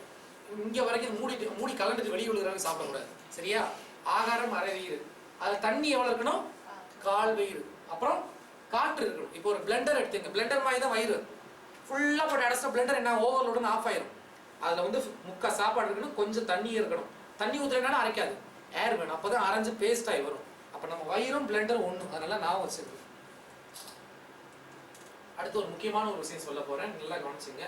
இப்ப நம்மளோட உடம்பு இல்லையா, சரி, இந்த உடம்பு வந்து எல்லா ஆணும் பெண்ணும் இந்த உடம்பு நான் சொன்னேன் அன்னகோசமயம் இல்லையா, சோறால ஆன உடம்புன்னு சொன்னோம். இந்த உடம்பு நம்ம எப்படி வளருது அப்படின்னா, இப்ப நீங்க இந்த மாதிரி சாப்பாடு ஏதோ ஒண்ணு சாப்பிடுறீங்க, நீங்க இந்த சாப்பாடு வாயில அரைக்கப்பட்டு வயிற்றுல என்ன உணவு இறைப்பைக்கு என்ன போகுது, உணவு கூலா மாறிடுது இல்லையா. நீங்க எதை சாப்பிட்டாலும் அரைச்சு மாத்திடுறீங்க. நீங்க இனிப்பு சாப்பிட்டாலும் சரி, காரம் சாப்பிட்டாலும், எந்த சாப்பாடு சாப்பிட்டாலும் எல்லா சாப்பாடுலயும் பஞ்சபூதம் இருக்குது. இந்த பஞ்சபூதம் பிரிச்சு எடுக்குது இந்த ஆசிட். அது எடுத்து என்ன மாறுது, ரத்தமா மாறுது. நம்ம உடம்புல சப்த தாதுக்கள், 7 தாதுக்கள் இருக்கு. என்னது, ரத்தம் இருக்குது, தசை இருக்குது, கொழுப்பு இருக்கு, எலும்பு இருக்கு, எலும்புக்கு நடுவுல இருக்கிற மஜ்ஜை, அந்த என்ன சொல்றது, கிரீஸ் மாதிரி, என்ன சொல்றது, ஜெல் ஆயில். அடுத்து என்ன பண்ணா கடைசியாக 15 தினத்துக்கு முறை சுக்கிலம் அல்லது சுரோனிதம். ஆணா இருந்தா சுக்கிலம், பெண்ணா இருந்தா சுரோனிதம். ஆணா இருந்தா ஸ்பெர்ம் வெள்ளையா இருக்கும், பெண்ணா இருந்தா சுரோனிதம் சிவப்பா இருக்கும். நம்ம கோயில் செவத்துல என்ன கலர் பெயிண்ட் அடிச்சிருப்பாங்க? வெள்ளையும் சிவப்பு. எதுக்கு அடிச்சாங்க தெரியுதா? சிவன் கோயில் என்ன தருவாங்க? விபூதி தருவாங்க. என்ன கலர்ல இருக்கும்? வெள்ளையா இருக்கும். அம்மன் கோயில் என்ன தருவாங்க? ஆணுக்கு பெண்ணுக்கு ரெண்டும். அப்ப கடைசி ஒரு மனிதனோட ஆதார சக்தி எங்க இருக்குன்னா இந்த சுக்கிலத்துலதான் இருக்கு. அதனால என்ன பண்றாங்க? பிரம்மச்சாரிய விரதை கடைபிடிக்கிறாங்க. ஆனா என்ன பண்றாங்கன்னா இன்னைக்கு இளைய தலைமுறை எல்லாருமே உடம்புல நோய் வர்றது காரணம், நீங்க சாப்பிட்ட சாப்பாடு கடைசியாக ஆக ஆக ஒரு கடைசி எக்ஸ்ட்ராக்ட் தான் உங்களோட பையில போய் நிம்புது. ஏன்னா இதுதான் ஒரு உயிராவே ஜனிக்குதுங்க. ஒரு விந்து ஒரு சுக்கில சுரோனிதம் சேர்ந்தா ஒரு குழந்தையா ஜனிக்கக்கூடிய சக்தி இருக்கு. அப்ப அது எவ்வளவு பவர் இருக்கும். அதனால சொன்னாங்க விந்து விட்டவன் நொந்து கெட்டான். இன்னைக்கு உடம்புல நோய் வர்றது காரணம் இது எல்லாம் வருது. கடைசியா விந்து வந்து சேருது. இது அளவுக்கு மீறி ஒரு மனிதன் வந்து போகங்கள்ல ஈடுபடுத்தி வெளியேற்ற ஆரம்பிச்சானா, இந்த பை காலியாச்சுன்னா உஷ்ணமா என்ன பண்ணா எலும்பு குழுக்கிற மஜ்ஜையை திங்கும். ஏன்னா அங்க இல்லையே உஷ்ணம். சரி அதுவும் திங்குச்சா என்ன பண்ணும்? வயசானோடனே ஏன் மூடு கையெல்லாம் வலிக்குது, விந்து சுரக்கிறது குறைஞ்சிரும். அப்ப என்ன ஆகும்? எலும்பு போக ஆரம்பிக்கும், கொழுப்புல கை வைக்கும்.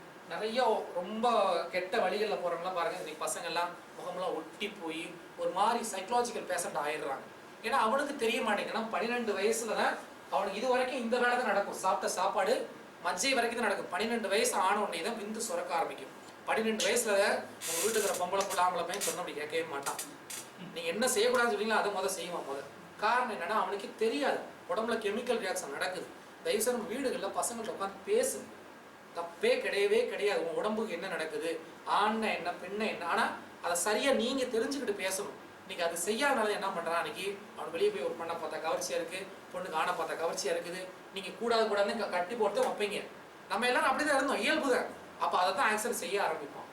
அப்ப என்ன ஆகுது, அவன் சின்ன வயசுல அது எப்படியா தவறான விஷயங்கள்ல விந்த வெளியே விட என்ன ஆகுனா படிக்க மாட்டான். நிறைய பிரச்சனைகள் அவனுக்குள்ள வரும். எல்லாமே காரணம்.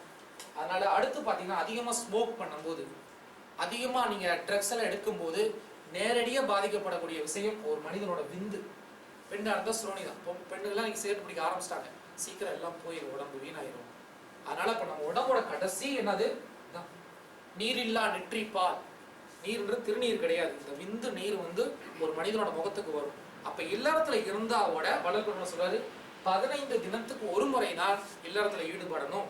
அதுவும் கூட எல்லாமே ஒரு நிலையில் எழுதியிருக்காரு. எல்லாமே வள்ளல் பெருமான் பாருங்க எவ்வளவு ஒரு கருணை பாருங்க. காலையில் எந்திரிச்சு சொன்னே டாய்லெட் எப்படி போகணும்னு எழுதியிருக்காரு தெரியுங்களா? காலையில் எந்திரிச்சோன்னே டாய்லெட் போகும்போது உங்களோட வலது கையால இடது கையை அழுத்தம். இப்படி அழுத்துனீங்கன்னா மலச்சிக்கல் இல்லாம பாத்ரூம் டாய்லெட் அழுக்கெல்லாம் வெளியே சரியா வந்துடும். சிறுநீர் போகும்போது இடது கையால இந்த பக்கத்தை அழுத்தம். இதெல்லாம் சொல்லியிருக்கிறார் வள்ளல் பெருமான். வேற எங்கேயுமே இந்த விஷயங்கள்லாம் கிடையாது. நீ சித்தர் நூலெல்லாம் எடுத்து படிச்சீங்கன்னா அதுக்கு சித்தரை குறையெல்லாம் யாரும் சொல்ல வரல. நம்மளுக்கு புரியவே தமிழே படிக்க தெரியாது நமக்கு. வள்ளல் பெருமான் இதெல்லாம் தெளிவா எழுதியிருக்கிறார். அதனால இதுல ஏன் மறுபடியும் சொல்றேன்னா, ரொம்ப யாரும் சொல்ல மாட்டாங்க ஆன்மீகத்துல அசிங்கமான விஷயம்னு. ஆனா விஷயமே இங்கதான் இருக்குது எல்லாமே. அதனால இல்லற வாழ்க்கையில இருந்தாவோட நம்ம ஒரு காலகட்டத்துல வந்து இல்லறத்துல துறவுக்கு வரணும். அதற்கு அடிப்படை என்ன வேணா, முதல் பக்தி, தர்மம், தவம், தியானம், சத்சங்களை கேட்டு கணவனும் மனைவி 2 பேரும் ஒரு பக்குவத்துக்கு வரணும் நம்ம. ஏன்னா முதல் சொன்ன மாதிரி சோற்றாசைப்படுவோரையும் காம சேற்றாசைப்படுவோரையும் கூற்று என்ன பண்ணுமா, அவனை ஆசைப்பட்டு கொண்டுட்டு போயிருமா. அதனால ரொம்ப நம்மளோட நோய்களுக்கு அடிப்படை காரணமே இதுதான். சரி, ரொம்ப அடுத்து நம்ம முக்கியமான ஒரு இடத்துக்கு வந்தாச்சு. நான் முதல்ல என்ன சொன்னேன், நம்ம உடம்புல வந்து வாதம், பித்த, ஸ்லேத்துமங்கள் இருக்கு இல்லையா? எத்தனை மணிக்கு முடிக்கணும்? ஒரு 10 மணிக்கு. 10 மணிக்கு முடிச்சு. இப்போ வாதம், பித்த, ஸ்லேத்துமம். வாதம்னா என்ன சொன்னேன், காற்று, பித்தம்னா நெருப்பு, ஸ்லேத்துமம்னா நீர். இது 3 குற்றமும் உடம்புல நடக்குது. இந்த 3 குற்றத்தை நம்ம எப்படி நீக்கிக்கிறது? நீங்க டாக்டர்கிட்ட எல்லாம் போக தேவையில்லை. இதுக்கு வள்ளல் பெருமான் வந்து பொது விதி, சிறப்பு விதியில் எழுதியிருக்காங்க. அது என்னன்னா ரொம்ப நம்ம செஞ்சுக்கிட்டு இருந்த வாதம் வந்து வாதம் அதோட குற்றம் எதுல போய் அடங்கும்னா மலத்தில் அடங்கும். வாத பிரச்சனை வந்துச்சுன்னா கேஸ் ட்ரபிள், முழங்கால் கைகால் வலி. பித்த எதுல அடங்குன்னு பாத்தீங்கன்னா சிறுநீர்ல அடங்கும். உடம்பு உஷ்ணம் ஆயிடுச்சுன்னா யூரின் என்ன கலர்ல போகுது, மஞ்சளா போகும். பாத்திருக்கீங்களா? பித்தம் சிறுநீர்ல போய் சேரும்.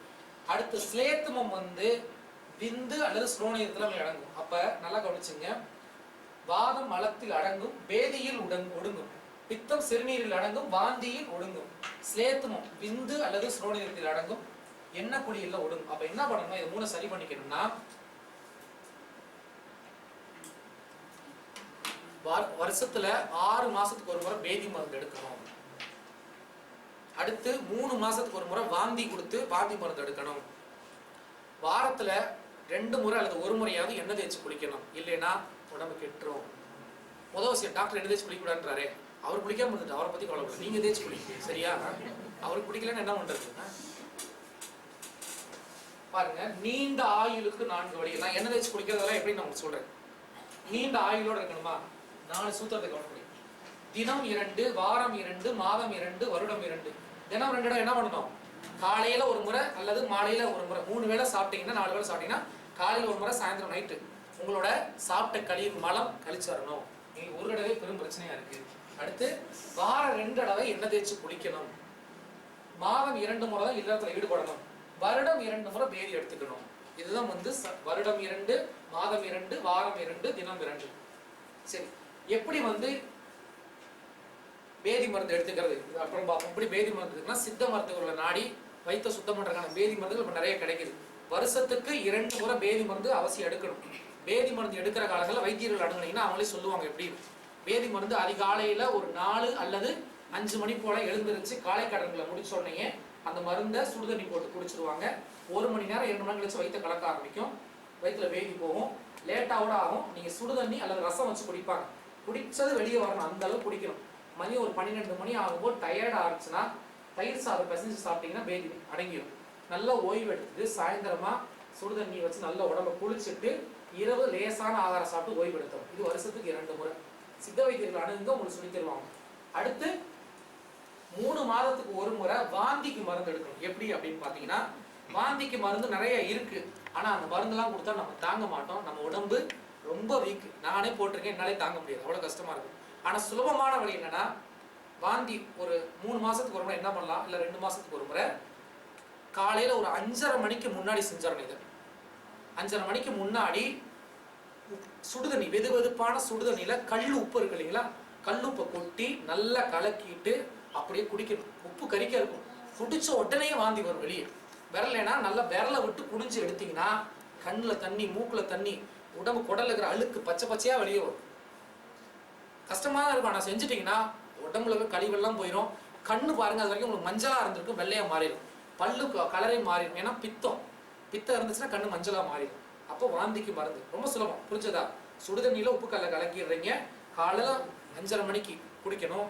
அன்னைக்கு உணவு பாத்தீங்கன்னா, பேதி எடுத்த அன்னைக்கும் உணவு லேசா இருக்கணும், வாந்தி எடுத்த அன்னைக்கும் உணவு ரொம்ப லேசா இருக்கணும். மோர் சாதம், அந்த ஒரு பால் சாதம், இந்த மாதிரி சாப்பிட்டுக்கணும். அடுத்து வாரத்துக்கு ஒரு முறையாவது எண்ணெய் தேய்ச்சி குளிங்க. எண்ணெய் தேய்ச்சி குளிக்க ரொம்ப சுலபம். ஏதோ நீங்க மூலிகை எண்ணெய் தான் வேணும் இல்லை, எண்ணெய் தேய்ச்சி குளிக்கிறதுக்கு என்ன பண்ணலாம்னா, நல்ல எண்ணெய் இருக்கு இல்லைங்களா, நல்லெண்ணெயை காய்ச்சி தான் தேய்க்கணும், பச்சை எண்ணெய் தேய்க்கக்கூடாது. அதுல முடிஞ்சா மிளகு ஏதாவது மூலிகையில் போடலாம், தொந்தரவு வேணாம். ஏன்னா ஒவ்வொன்றா சொல்ல நம்ம விட்டுருவோம். வெறும் நல்லெண்ணெயை காய்ச்சிருங்க. அது காலையில கரெக்டாக ஒரு 5:30 மணிக்கெல்லாம் சூரிய உதயத்துக்கு முன்னாடி காலை எந்திரிச்சு நல்லா தலை உடம்பெல்லாம் நல்லா தேய்ச்சிருங்க. வெயில் காலமா இருந்துச்சுன்னா நல்லா 1 மணி நேரம் ஊறட்டும். குளிர்காலம் மழை காலமா இருந்தால் ஒரு 1/2 மணி நேரம் ஊறட்டும். நல்லா ஊறின பிறகு சுடுதண்ணி வச்சு நல்லா சேக்கா தேய்ச்சி நல்லா குளிச்சிருங்க. குளிச்சதுக்கு அப்புறம் நல்லா கபகபன்னு பசிக்கும். லேசான ஆகாரம் தான் நீங்க சாப்பிடணும். பகல்ல தூங்கக்கூடாது, டிராவல் பண்ணக்கூடாது, போகத்துல இல்லறத்துல ஈடுபடக்கூடாது. மாலையில சீக்கிரம் தூங்கிடணும். இப்போ நீங்க கிளம்ப எல்லாரும் கேட்பாங்க, எந்த கிளம்ப பாத்தீங்கன்னா செய்யவே முடியாது. இன்னைக்கு நடைமுறையா நான் சொல்றேன், தப்பா நினைச்சுக்காதீங்க. ஏன்னா எல்லாருக்கும் ஞாயிற்றுக்கிழமை லீவ் இருக்கு, அன்னைக்கா தயவுசெய்து செய்யுங்க. ஏன்னா மீதி நாள் வேலையில இருக்கிறோம். ஞாயிற்றுக்கிழமையா இருக்கா, அன்னைக்கு 11 மணி வரைக்கும் இழுத்து முடி தூங்காம நீங்க அன்னைக்கு உங்க உடம்பு பார்த்துக்கலாம். அன்னைக்கு ஒரு நாள் என்ன பண்ணலாம், காலைல வெள்ளனை எந்திரிச்சிட்டு நல்லா எண்ணெய் தேய்ச்சி குளிங்க. அடுத்து ஒரு முக்கியமான விஷயம், நான் என்னென்ன விடணும்ன்றத அப்புறம் சொல்றேன். அப்போ உங்களுக்கு பேதி மருந்து எப்படி செய்ய, வைத்தியர் அணிக்கலாம், வாந்திக்கு மருந்து எடுத்துறீங்க, வாரத்துக்கு எண்ணெய் தேய்ச்சி குளிச்சிடுறீங்க. அடுத்து காலையில எந்திரிச்சதுல இருந்து நைட் வரைக்கும் என்ன செய்யலாம் அப்படின்னா, இப்போ இன்னொரு விஷயம் சொல்றேன். எல்லாருக்கும் மலச்சிக்கல் தொந்தரவு இருக்கு இல்லையா, காலை எந்திரிச்சா பாத்ரூம் போக மாட்டேங்குது சார், ஒண்ணுமே வேலைக்கே ஆக மாட்டேங்குது, காஃபி குடிக்கணும், இல்லை சில பேர் ஸ்மோக் பண்ணு, ஏதாவது பண்ணதான் போகுது. இது தப்பு. அப்ப என்ன பண்ணலாம்னா, கடுக்காய் பொடி என்ன பண்ணலாம், கடுக்காய் பொடி வைத்தியர்கள்ட்ட நாட்டு மருந்து கடையில கேட்டீங்கன்னா கொடுப்பாங்க. கடுக்காய் அருமையான ஒரு மருந்து. கடுக்காய் என்ன பண்ணலாம், இரவு படுக்கும் போதோ இல்ல மாலையிலேயோ சுடுதண்ணில கலக்கி குடிச்சிட்டீங்கன்னா காலைல பாத்ரூம் ஃப்ரீயா வந்துடும். அல்லது திரிபலா சூரணம், கடுக்காய் அல்லது திரிபலா சூரணம் திரிபலா சொன்னா ரொம்ப குண்டா இருக்கவங்க சாப்பிடலாம், ஒல்லியா இருக்கவங்க தேவையில்லை. கடுக்காய் பொதுவானது, கடுக்காய்க்கு மிஞ்சின மருந்தே கிடையாது. நம்ம ஊர் கோயிலில் இன்னைக்கு இடியாம இருக்கிறது காரணம் என்ன தெரியுங்களா? கடுக்காயும் கருப்பட்டியும் போட்டு சுண்ணாம்புல ஆட்டி கட்டினதுனாலதான் இருக இருக்குது. பல்லு ஆடுற பல்லோட திரிபலாலையும் இல்லை கடுக்காலையும் விளக்கணிங்கன்னா இறுகி பிடிச்சிக்கிறோம். அடுத்து நம்ம சாப்பிட்ற சாப்பாடுல துவர்ப்பு தன்மை கிடையாது. அப்ப கடுக்காயில தான் அந்த துவர்ப்பு தன்மை இருக்கு. அப்ப இரவுல கடுக்காய் சாப்பிட்டீங்கன்னா மலச்சிக்கல் இருக்காது. எக்காரணம் கொண்டும் காலை எழுந்திரிச்சோடனே மலம் கழிச்சிடணும். பிரச்சனையா ஏதாவது ஒரு மருந்து சாப்பிட்டு சுத்தம் பண்ணிடணும். ஏன்னா மலை ஜலம் கட்டுச்சுன்னா உடம்பு கெட்டு போயிடும். எல்லா நோய்க்கு ஆதாரம் அதுதான்.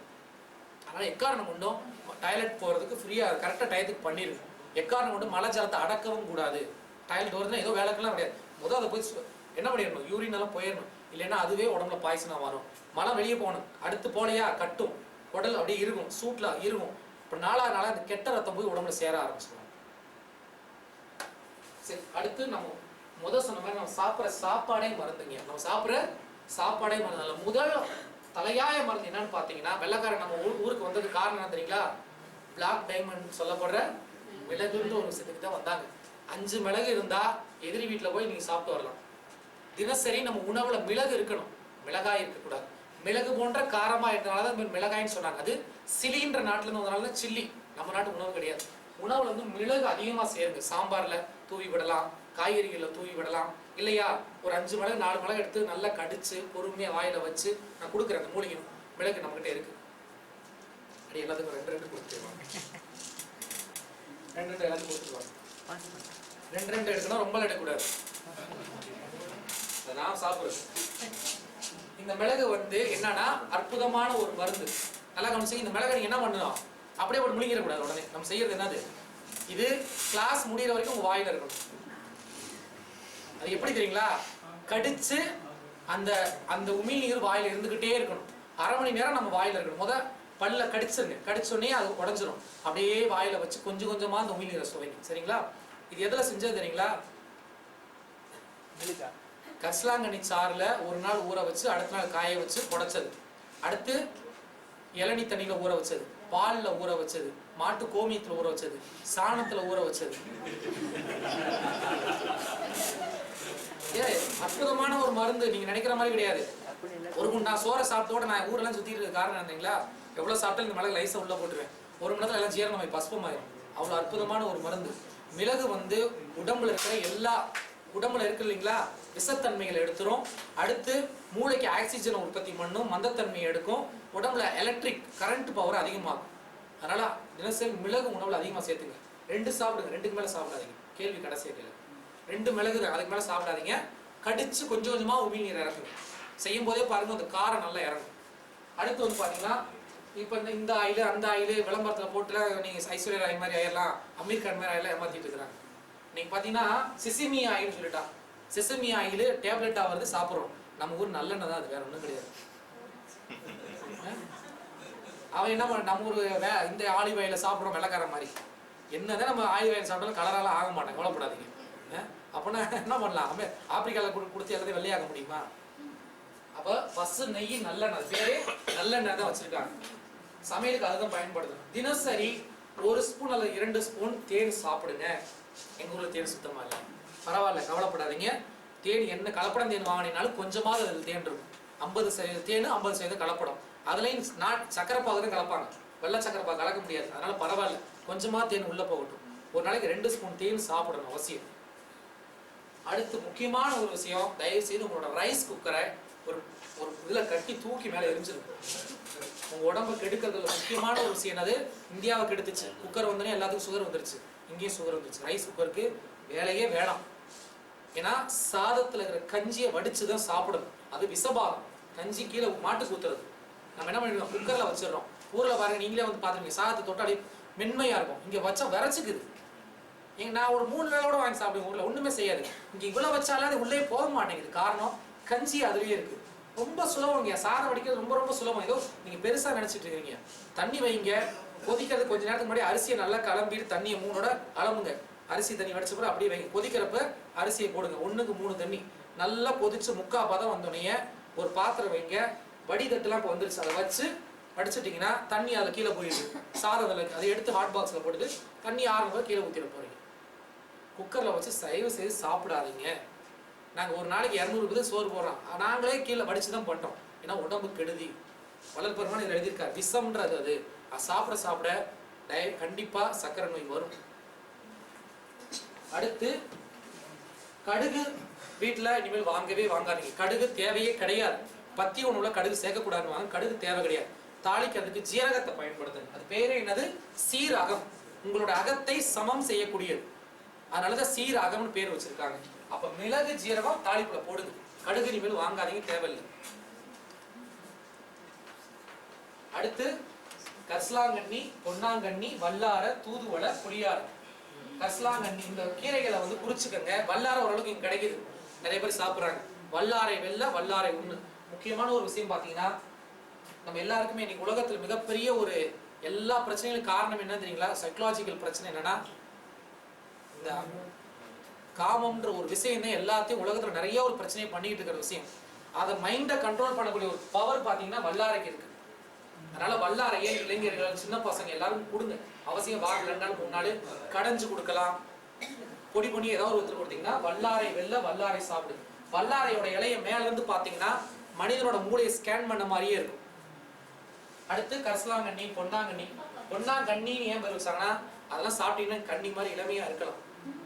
தூதுவளை. தூதுவளை பாத்தீங்கன்னா ஞாபக சக்தி. நம்ம வயசானவனையே மறந்துடும். உன்னை வச்சுட்டு இந்த பக்கம் திரும்பிங்க, என்னத்துக்கு எங்க வச்சோம் மறந்துடுவோம். காரணம் என்னன்னா மறதி. அப்ப தூதுவளை சாப்பிடணும். அடுத்து பாத்தீங்கன்னா கபத்தை அரைக்கக்கூடியது. இப்போ வாரத்துல ஒரு 2 நாள் தூதுவளை துவையல் அவசியம் வச்சு சாப்பிடுங்க. அடுத்து கர்ப்பிணிகளுக்குலாம் கொடுத்தீங்கன்னா சுகமான பிரசவம் ஏற்படும். தூதுவளை என்ன பண்ணுவாங்க? தூதுவளை ரசம் வச்சுலாம் கொடுப்பாங்க கர்ப்பிணி பெண்களுக்கு, சுகப்பிரசவம் நடக்கிறது. புளியாரை, இது உங்க ஊர்ல எக்கச்சக்க இருக்கு. இந்தியாவில் தமிழ்நாடு கூட அவ்வளவு கிடையாது. பார்த்து தேடுக்க புளியாரை பறிச்சு சாப்பிடுங்க. ஏதோ வேற ஏதாவது பறிச்சு சாப்பிட்டு மயக்கம் போட்டுறாதீங்க மூலையில போய். அப்ப கரிசலாங்கண்ணி, பொன்னாங்கண்ணி, வல்லார் இது முக்கியமான கீரை, மூலிகை கீரை. அது இல்லாம அரைக்கீரை, பொன்னாங்கண்ணி, அகத்திக்கீரை டெய்லி நிறைய பேர் சமைச்சாங்க. அகத்திக்கீரை மாடு சாப்பிடுறது, நம்ம மருந்தா சாப்பிடுறது, என்னைக்காவது உள்ள வந்து சாப்பிட. நிறைய பேர் அகத்திக்கீரை கடன் சாப்பிட்டு இருக்காங்க. அகத்துல இருக்கிற தீயை எடுத்துரும். அதனால அகத்திக்கீரை அடிக்கலாம் சாப்பிடக்கூடாது. அகத்திக்கீரை ஜீரணம் ஆகாது. வாய்ப்புண்ணு இருந்துச்சுன்னா அது என்னைக்கா ஒரு நாள் அதை சூப்பு வச்சு சாப்பிடுவாங்க, அவ்வளவுதான். நம்ம சாப்பிட்ற கீரைகள் வந்து பாத்தீங்கன்னா அரைக்கீரை சாப்பிடலாம், பொன்னாங்கண்ணி சாப்பிடலாம். மணத்தக்காளி வயிற்று புண்ணுக்கு, மவுத் அல்சருக்கு, கேன்சருக்குலாம் அற்புதமானது மணத்தக்காளி கீரை. அதனால தினசரி ஒரு கீரை நம்ம வீட்டுல கடைசி சாப்பிடணும் எல்லாரும். அடுத்து வந்து பாத்தீங்கன்னா இனிமேல் இன்னொன்னு தூக்கி போடுறேன். எல்லாரும் என்ன பண்ணணும்? ஒயிட் சுகருக்கு வேலையே கிடையாது வீட்டுல. 2க்கு தான் வேணும். என்னதுக்கு? டீ காஃபிக்கு தான் தேவைப்படும். இது ஒயிட் சுகரை தயவு செய்து பயன்படுத்தாதீங்க. அது முழுக்க முழுக்க பாய்சன். இன்னொன்று, நீங்க நாட்டு சர்க்கரையும் வெள்ளத்தையும் வாங்கினீங்கன்னா எவ்வளவோ குடிசை தொழில்கள், அதெல்லாம் பெரிய கம்பெனி கிடையாது, அதெல்லாம் மேல வரும். உடம்பு ஆரோக்கியமா இருக்கும். கருப்பட்டி, நாட்டு சர்க்கரை, நேச்சுரல் சுகர் வாங்க. ஒயிட் சுகர் வாங்காதீங்க, உடம்புக்கு கெடுதி. ஏன்னா 1 ஸ்பூன் ஒயிட் சுகர் உள்ள போட்டா அதை கிளீன் பண்ணி வெளியே அனுப்புறதுக்கு எவ்வளவோ எனர்ஜி உடம்பு வந்து லாஸ் ஆகுது. அடுத்து வந்து தண்ணி நல்லா கொதிக்க வச்சு அதுல சுக்கு பொடி அல்லது ஜீரகம், இது 2ல ஏதாவது ஒன்று போட்டு நல்லா கேன்ல எடுத்துக்கோங்க. வெளியெல்லாம் போறீங்கன்னா அதை மட்டும் சாப்பிட்டு வாங்க, உடம்பு ஆரோக்கியமா இருக்கும். ஜீரக தண்ணி அல்லது சுக்கு தண்ணி. ஜீரகமா ஒண்ணு இல்லை, ஜீரகம் தெரியலீங்களா? நற்சீரகம் நீங்க சொல்லுவீங்க. அந்த ஜீரகத்தை நல்லா காலை தண்ணி நல்லா கொதிக்க வச்சு 1 ஸ்பூன் உள்ள போட்டீங்கன்னா மஞ்சளா மாறிடும். அதை எடுத்து குடிச்சிட்டு வாங்க, உடம்புல எல்லா நோயும் சரியாயிடும். உடம்பு ஆட்களை அப்படியே மின்னு இருப்பீங்க. கேரளா போய் பாருங்க, அடி கருங்கூந்தல் இருக்கும், எல்லாரும் அழகா இருப்பாங்க. காரணம் என்ன? ஜீரக தண்ணி குடிக்கிறது. அடுத்து சுக்கு தண்ணி குடிச்சீங்கன்னா உடம்புல இருக்கிற கொழுப்பு எல்லாம் வெட்டி எடுத்துரும், ஃபுல் ஆஃப் கால்சியம். அடுத்து இன்னொரு முக்கியமான ஒரு சூத்திரம் சொல்லிடுறேன். காலை இஞ்சி கடும்பகல் சுக்கு மாலை கடுக்காய் மண்டலம் உண்டா கோல் ஒன்றி நடக்கும் கிழவனும் கோலை தூக்கி போட்டு நடப்பானும். காலையில் இஞ்சி காபி சாப்பிடுங்க. காலையில் நெஸ்காஃபி, மைலோ, தேத்தாரி, குராமணி, அதுவா சுத்தமணியா அர்த்தமணியா இதெல்லாம் தூக்கி தயவுசு போடுங்க. மதியம் சுக்கு பொடி போட்டு சுக்கு காசாயம் சாப்பிடுங்க. இரவு கடுக்காய் பொடி. சரி, காலையில் எழுந்திரிச்ச உடனே என்ன பண்ணணும் அப்படின்னா, காலையில் எழுந்திரிச்சு என்ன பண்ணணும்? மாடு அவுத்து விட்டா காலையில் அவுத்துன்னு எங்க போகும் பார்த்துருக்கீங்களா? கழனி தொட்டியில போய் வாய் வைக்கணும். மனுஷன் அவுத்து விட்டா நேரம் பெட் காஃபி குடிக்கிறது. மாட்டுக்கு மனுஷனுக்கு என்ன வித்தியாசம் சொல்லி கிருபானந்தரை சிரிப்பார். காலையில் எழுந்திரிச்ச உடனே நம்ம என்ன பண்ணணும்? படுக்கையில காலையில் எழுந்திரிச்ச உடனே ஒரு 2 நிமிஷம் தியானம், அமைதியா படுக்கையிலேயே அமைதியா தியானம் பிரார்த்தனை பண்ணிட்டு அதுக்கப்புறம் எழுந்திருச்சு போய் மலை ஜலத்தை கழிக்கணும். டாய்லெட் பாத்ரூம் போகணும். அப்புறம் காலையில பல்லு விளக்கணும். பல்பொடிகள், ஆயுர்வேத பல்பொடிகளை வாங்கி சாப்பிடுங்க. ஒரு ஒரு ஏழைகளை காப்பாற்றுற மாதிரியா இருக்கும், சின்ன இண்டஸ்ட்ரியை வளர்க்குறதுக்கு சமம். நம்ம உடம்பு ஆரோக்கியமா இருக்கும்.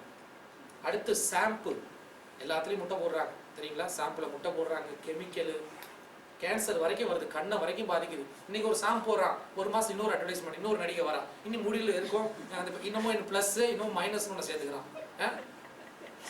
உடனே நம்ம அதை வாங்கி தேய்ச்சிக்கிறோம். அது என்னன்னே தெரியுதா? அதையும் தூக்கி போடுங்க. அடுத்து சோப்பு, அதுவும் கெமிக்கல். எந்த சோப்பாவது பாத் சோப்புன்னு போட்டிருக்காங்களா எங்கேயாவது நீங்கள் பார்த்துருக்கீங்களா? டிஎஃப்எம்னு ஒரு இருக்குது, அது எவ்வளோ பர்சன்டேஜ் இருக்குன்னு பார்த்தீங்கன்னா எல்லாம் அனிமல் ஃபேட்டு எல்லா சோப்புகளையும். அதனால் இந்த பேஸ்ட்டு ஷாம்பு இதெல்லாம் என்ன பண்ணணும், பேஸ்ட்டுக்கு பதிலாக பல்பொடிக்கு மாறுங்க. முடிஞ்சால் ஆலமரம், ஆலங்குச்சி, வேலங்குச்சி போக தப்பெல்லாம் கிடையாது. ஆலங்குச்சி வேலங்குச்சி கிடைக்கிறதுனாலும் இந்தியாலாம் போனீங்கன்னா நல்ல பல்பொடிகள் நிறைய கிடைக்குது. நீங்கள் வாங்கிட்டு வந்து வச்சுங்க, ஒரு வருஷத்துக்கு தப்பே கிடையாது. அடுத்து சீயக்காய் யூஸ் பண்ணுங்க, அரப்புத்தூள் யூஸ் பண்ணுங்க, பயத்தம்பருப்பு யூஸ் பண்ணுங்க. அடுத்து பார்த்தீங்கன்னா நிறைய சோப்பு இந்தியா போனீங்கன்னா அந்த கேரளாவோட சோப்புலாம் வருது, அதெல்லாம் பயன்படுத்தலாம். ரொம்ப சிம்பிள். பார்த்தீங்கன்னா பாசி பயிரில் குளிச்சு பாருங்க, அழகா ஆயிருவீங்க. எல்லாமே ஐஸ்வர்யாவும் ஷாருக்கானா ஆயிருவீங்க எல்லாருமே. பாசி பயிர் ரொம்ப சிம்பிள், குளிச்சு பாருங்க ஒரு நாள் பாசி பயிரில். அதனால முடிஞ்ச வரைக்கும் கொஞ்சம் நேச்சுரலுக்கு தெரியும் அதை. சரி, காலையில் எழுந்திரிச்சாச்சு, பல்லு விளக்குறீங்க. அடுத்து என்ன பண்ணணும்னு பார்த்தீங்கன்னா பல்லு விளக்கணும்னா நம்ம என்ன பண்ணணும்னா கரிசலாங்கண்ணி பொடி இதை அப்படியே பாஸ் பண்ணிவிடுங்க. கரிசலாங்கண்ணி, வெள்ளை கரிசலாங்கண்ணி பொடின்னு ஊரில் கிடைக்கும். நம்ம பல் வளர்க்குறது அப்படின்னா 2 விஷயங்கள் செய்யணும். பல்லை மட்டும் வளர்க்கக்கூடாது, எகரை நல்லா தேய்ச்சி விடணும் பல் பொடியினால. அடுத்து இன்னொரு விஷயம் என்னன்னு பார்த்தீங்கன்னா கரிசலாங்கண்ணி பொடி எடுத்து வளலை வாங்குதல் ஒரு முறை இருந்தது. காலப்போக்கில் அது போயிடுச்சு. என்னன்னா நீங்கள் சாப்பிட்ட சாப்பாட்டோட பித்த நீரும் நீங்கள் சாப்பிட்ட உணவுனால ஏற்பட்ட கப நீரும் இங்கே 2 இடத்துலையும் தங்கியிருக்கும். இதை வெளியேற்றணும். என்ன பண்ணணும்னா இந்த கரிசலாங்கண்ணி பொடியை இதை முறையாக சித்த வைத்தியத்தில் கரிசலாங்கண்ணி சாரும் பசு நெய்யும் எடுத்து செய்வாங்க. ஆனால் அது நம்மளால முடியாது. என்ன பண்ணலாம், கரிசலாங்கண்ணி பொடி பல்லு விளக்கிட்டீங்க பாருங்க. நான் பார்த்தீங்கன்னா ஒரு பல்பொடி டப்பா இதுவும் எடுத்துட்டு ப்ரெஷ் எடுத்துட்டு தான் போவேன். சொல்லி கையில் விளக்க வேணாம், ப்ரெஷ் தொட்டே விளக்கிடுங்க. முடிச்ச பிறகு இந்த பொடியை கையில் கொட்டிட்டு கொஞ்சம் தண்ணி விட்டு மேலே பண்ணீங்கன்னா பேஸ்ட் மாதிரி ஆயிடும். அதை அப்படியே வலிச்சு உள்ள கடைசி கொண்டுதா உள்ள போய் வச்சு தேய்ச்சி விடணும். தேய்க்க தேய்க்க இந்த முழுங்கையில் அப்படியே தண்ணி வடி, கண்ணில் சளி, மூக்கில் சளி, வயிற்றுல பித்த நீர் எல்லாம் ஒரு ஆரம்பத்தில் கஷ்டமாக இருக்கும். செய்ய செய்ய பார்த்தீங்கன்னா உங்கள் முகமே அழகாயிரும், கண்ணு பிரைட் ஆயிரும். அப்போது கண்ணில் இருக்கிற நீர் கண்ணு ஒளி பிரகாசிக்கும். அப்போ காலைல கொண்டே பல் வளர்க்குறீங்க. அடுத்து வளலை வாங்குது, இதை எடுத்து லேசாக 4 தடவை 5 தடவை சுரட்டி விட்டீங்கன்னா உள்ளேருந்து எல்லாம் கபம் வந்துடும். அதற்கப்புறமா சுடுதண்ணியில் நல்லா முகத்தை கண்ணு காதலும் நல்லா கழுவிட்டு, அப்போ பாத்ரூம் சில பேத்துக்கு வரலையா, காலையில் நல்லா வெதுவதுனோ இல்லை நல்ல இளம் தண்ணி, நல்லா ஒரு 1/2 லிட்டர் தண்ணி குடிச்சிட்டு நல்லா நடந்து கொடுங்க, பாத்ரூம் ஃப்ரீயாக வந்துடும். முடிச்சதுக்கு அப்புறமா உடற்பயிற்சி, பிராணாயாமம், தியானம் இதெல்லாம் பண்ணிட்டு அதற்கப்புறம் தான் நீங்கள் என்ன பண்ணணும், பசியாரெல்லாம் கூட அதை எடுத்தோன்னே குளிக்கணும். எல்லாத்துக்கும் நல்லது, பொது நல்லது, சரிங்களா? ஸோ இதுதான் இப்படிதான் ரொட்டேஷன் இருக்கணும். நல்லெண்ணெய் கொப்பளிக்கல் பண்ணலாம், நல்லது பண்ணலாம். காலையில் எழுந்திரிச்சு நல்லெண்ணெய் கொப்பளிக்கல் பண்ணலாம். சாப்பிடலாமா வேணாம் பண்றீங்களா? பசும்பால் சாப்பிடலாம். பசும்பால் மாதிரி இருக்கிறதெல்லாம் சாப்பிடக்கூடாது. பெரும்பாலும் பசும்பால் கம்மியா இருக்கு. அது ஒரு வயசுக்கு மேல 40 வயசுக்கு மேல ஆகும்போது கொஞ்சம் குறைச்சிக்கலாம், தப்பு கிடையாது. ஏன்னா நீங்க மாடு பாலும் எல்லாமே பாத்தீங்கன்னா இயற்கை கிடையாது, செயற்கை. டப்பா பாக்கெட்ல எல்லாம் அடைச்சு வருது. பசும்பால் சாப்பிட தப்பு கிடையாது. அதுவும் முடிஞ்ச வரைக்கும் என்னன்னா உங்களுக்கு ஜீரண உறுப்புகள் நல்லா இருக்கு அப்படின்னா நீங்க சாப்பிடலாம். குழந்தைகள் பசங்க எல்லாம் சாப்பிடலாம். அதுவும் இயற்கையா பசும்பால் சாப்பிடுது. பாக்கெட் பால் வேற எதுவும் கொஞ்சம் குறைச்சிருக்கோம். பசும்பாலை என்ன முறைப்படியாக காய்ச்சி சாப்பிடணும்னா, பசும்பாலை காலையில் எடுக்கிறீங்க, 1 டம்ளர் பசும்பால் 1 டம்ளர் தண்ணி 2 ஒண்ணா ஊற்றி நல்லா கொதிக்க வைக்கணும். கொதிக்கும் போது ஏதாவது ஒரு மூலிகை பொடி, அருகம்புல் பொடி, இஞ்சி போடலாம், கடுக்காய் பொடி போடலாம், வல்லாரை பொடி போடலாம், மாதிரி ஏதாவது ஒரு மூலிகை பொடி, வில்வ பொடி போட்டு அந்த மூலிகை பால் சாப்பிட்டீங்கன்னா உடம்புக்கும் நல்லது, அந்த உங்களுக்கு நல்ல ஆரோக்கியமாக இருக்கும். அது ஒரு உணவாகவே மாறிடும். மஞ்சள் பொடியும் போடலாம். மஞ்சள் லேஸ், மஞ்சள் மிளகு போட்டு சாப்பிடலாம். பால் அளவா சேர்த்து உங்க உடம்புக்கு ஏதாவது. வாக்கிங் போகிறது பிரிஸ் வாக் தான் நல்லதுன்றாங்க. என்ன வாக்கு? பிரிஸ் வாக், ஃபாஸ்ட்டாக நடக்கிறது காலையில், அல்லது ஸ்லோ வாக் நல்லதா? அதாவது இப்படி மூச்சு வாங்கிட்டு நடக்கக்கூடாது, மூச்சு அதரக்கூடாது, உடம்பு அதரக்கூடாது. நல்லா கை கால வீசி நார்மலாக நடந்து போகணும், தப்பு கிடையாது. தண்ணி பருகிறது எப்படி 8 கிளாஸ் குடிக்கணுன்றாங்க. தாகம் அடிச்சா தேவைக்காக. இந்தியாவில் கிளாஸ் இவ்வளோ பெருசு இருக்கு, மலேசியாவில் கிளாஸ் இவ்வளோ பெருசு. இல்லை எந்த 8 கிளாஸ்? டாக்டர் சொல்றாரு 1 கப்பு ரைஸ் சாப்பிடுங்கிறாரு. எங்க 1 கப் இவ்வளோ பெருசு இருக்குது, கப்பு இவ்வளோ பெருசு இருக்கு. ஒரு சப்பாத்தி சாப்பிடுறாரு. சப்பாத்தி இவ்வளவு பெருசு இருக்கு, இவ்வளவு பெரிய சப்பாத்தி இருக்கு, எந்த கணக்கு செய்யறீங்க? பசிச்சு சாப்பிடுங்க, அளவோட சாப்பிடுங்க, போதும். சைவமா சாப்பிடுங்க, இதுவே போதும். டாக்டர் சொல்ற மாதிரி மில்லிகிராம் மிஷின் வச்சுக்கிட்டு 1 கிராம் கீரை கூட இப்படிலாம் அளந்துக்கிட்டெல்லாம் வேலைக்கு ஆகுது. மளிகை கடையை நடத்துறோம். தண்ணி அளவோட குடிங்க. ரொம்ப அதுக்கு தண்ணி குடிக்க சொன்னாங்க சொல்லி குடகுடமா குடிச்சிருந்தா கிட்னி போயிடும். தாகம் எடுக்கும்போது தண்ணி குடிங்க. அடுத்து என்னன்னா ஏர் கண்டிஷன்ல வேலை செய்யும்போது தாகம் ஏற்படாது. அதனால கொஞ்சம் நீங்க ஒர்க் டைமா தண்ணி குடிச்சிருங்க. தண்ணி உடம்புக்கு ரொம்ப தேவை. சில பேர் வந்து மீன கடல் புஷ்பம்னு சாப்பிடுறாங்களா, அதே எந்த வகையில? நம்மளாம் அப்ப எடுத்து புஷ்பம் நம்மள சாப்பிடலாம். நம்மள எடுத்து புஷ்பம் தானே, அதை எப்படி அதுல சேர்த்துக்க முடியாது தானே கடல்? அதெல்லாம் வந்து சும்மா சைவம்ன்றாங்க. ஆனா எந்த செடியில முளைக்குது?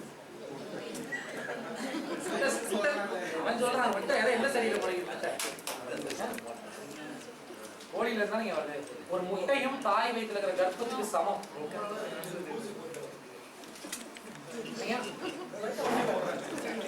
கெமிக்கல் தானே. சோ அதனால வந்து கொஞ்சம் தயவு செய்து நிறைய விஷயம் சொல்லியாச்சு. நம்ம எல்லாருமே எனக்கு தெரியும் நிறைய விஷயத்தை இந்த காலம் விட்டுருப்போம். நிறைய ஆல்ரெடி முடிச்சிருப்போம். அது கொஞ்சத்தையாவது தயவு செய்து ஏதாவது ஒரு சைவமா மாறுங்க. இல்ல சைவமா இருக்கிறவங்க கொஞ்சம் ஆரோக்கிய உணவுக்கு போங்க. ஆரோக்கிய உணவு இருக்கிறவங்க கொஞ்சம் ஹெல்த் கான்சியஸ் பண்ணுங்க. நீங்க சொன்ன எல்லாத்தையும் எடுக்க போறது இல்ல, ஏதாவது கொஞ்சமாவது மாற்றம் வந்திருந்தா போதும். தயவுசெய்து பேஸ்ட்டை தூக்கி போடலாம், நீங்க சோப்பை தூக்கி போடுங்க. கொஞ்சம் இயற்கை விஷயத்துக்கு மாறுங்க. தினசரி ஏதாவது ஒரு மூலிகை சாப்பிடுங்க. அடுத்து வந்து பாத்தீங்கன்னா கடுக்காப்பொடி எத்தனை பேர் பார்த்துருக்கீங்கன்னு தெரியல, அப்படியே காட்டி கொடுங்க. கடுக்காப்பொடி லேசா எடுத்து வேணா வாயில போட்டு எடுத்து போட்டுறாங்க. எனக்கு வேணும்.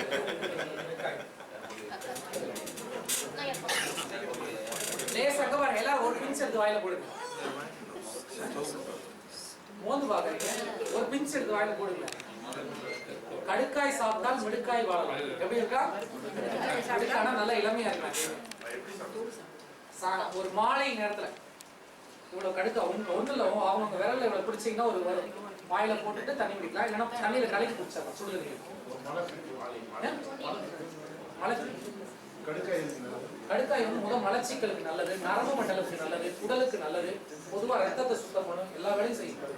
துவர்ப்பு தன்மை, இனிப்பு தன்மை எல்லாமே அதுல இருக்கும். கடுக்காய் மிளகு வந்து புழுமையா இல்ல சூடா? எதுவுமே மிளகு வந்து உஷ்ணம் தான். ஒரு 4-5 மிளகு சாப்பிடறதுனால எந்த பிரச்சனையும் வரக்கூடாது. சார் கெஸ்ட்ரிக் மிளகு சாப்பிடலாமா சார்? வயிற்றுல அல்சர் இருந்தா, ரொம்ப கெஸ்ட்ரிக் இருந்தா 1-2 சாப்பிட தப்பு கிடையாது. முதல்ல அந்த கெஸ்ட்ரிக் சரி பண்ணிடுங்க. தயவு செய்து நீங்க நிறைய சித்த வைத்தியர்கள்லாம் இருக்காங்க, அவங்க அன்னைக்கு முதல்ல சரி பண்ணிடுங்க. ரொம்ப காரத்தை சாப்பிடுங்க. அப்ப புதுசா பேஷண்ட் வந்து ரொம்ப ஆட்டுப்பால் குடிக்கிறீங்க, போத்தே வாங்கி. அது எப்படி ஆட்டுப்பால் ஏதாச்சும் கல்சியம் இருக்கா? ஆட்டுப்பாலோட விஷயம் இருக்கா? இல்லைங்க, ஆட்டுப்பால்லாம் வந்து குடிக்கலாமா, குடிக்கக்கூடாது, நல்லதா நல்லது இல்லையா? அதாவது நல்லா கவனிச்சுங்க, பாலை எதுக்காக சாப்பிட்டாங்க அப்படின்னு பாத்தீங்கன்னா, அந்த காலத்துல மாடுதான் வந்து இருக்கிறதுலே ஒரு சாதுவான ஒரு மிருகம், மனிதனோட அண்டி வாழக்கூடிய மிருகம். மாடை என்ன பண்ணுவாங்க அந்த காலத்துல? நம்ம நாட்டு மாடு கொம்பு இருக்கும், திமிழ் இருக்கும், 1 லிட்டருக்கு மேல கறக்காது. இப்ப 40 லிட்டர் ஒரு மாடு கறக்குது. அது என்ன பண்ணுவாங்கன்னா அவுத்து விட்டுருவாங்க காலைல. அது காடு மலையெல்லாம் போய் மேய்ஞ்சிட்டு வரும், இருக்கிற மூலிகை எல்லாம் மேய்ஞ்சிடும். சாயந்தரம் அந்த கறந்து அந்த பாலை சாப்பிட்டா அந்த மூலிகை கிடைச்சது. ஆனா இன்னைக்கு எப்படி இருக்குது? ஒரு ஆஸ்திரேலியா மாடு 40 லிட்டர் மிஷின் கறக்குது. அது எப்படி கறக்க முடியும்? அது பேரே என்ன வச்சிருக்காங்கன்னா சீம பண்ணி, அது பேரு மாடுவோட கிடையாது இருக்காங்க. ஜெர்சி இதெல்லாம் பாத்தீங்கன்னா அப்ப நிறைய இதெல்லாம் வந்து தேவையில்லைங்க. நிறைய விளம்பரம் வருது, அதெல்லாம் தேவையில்லை.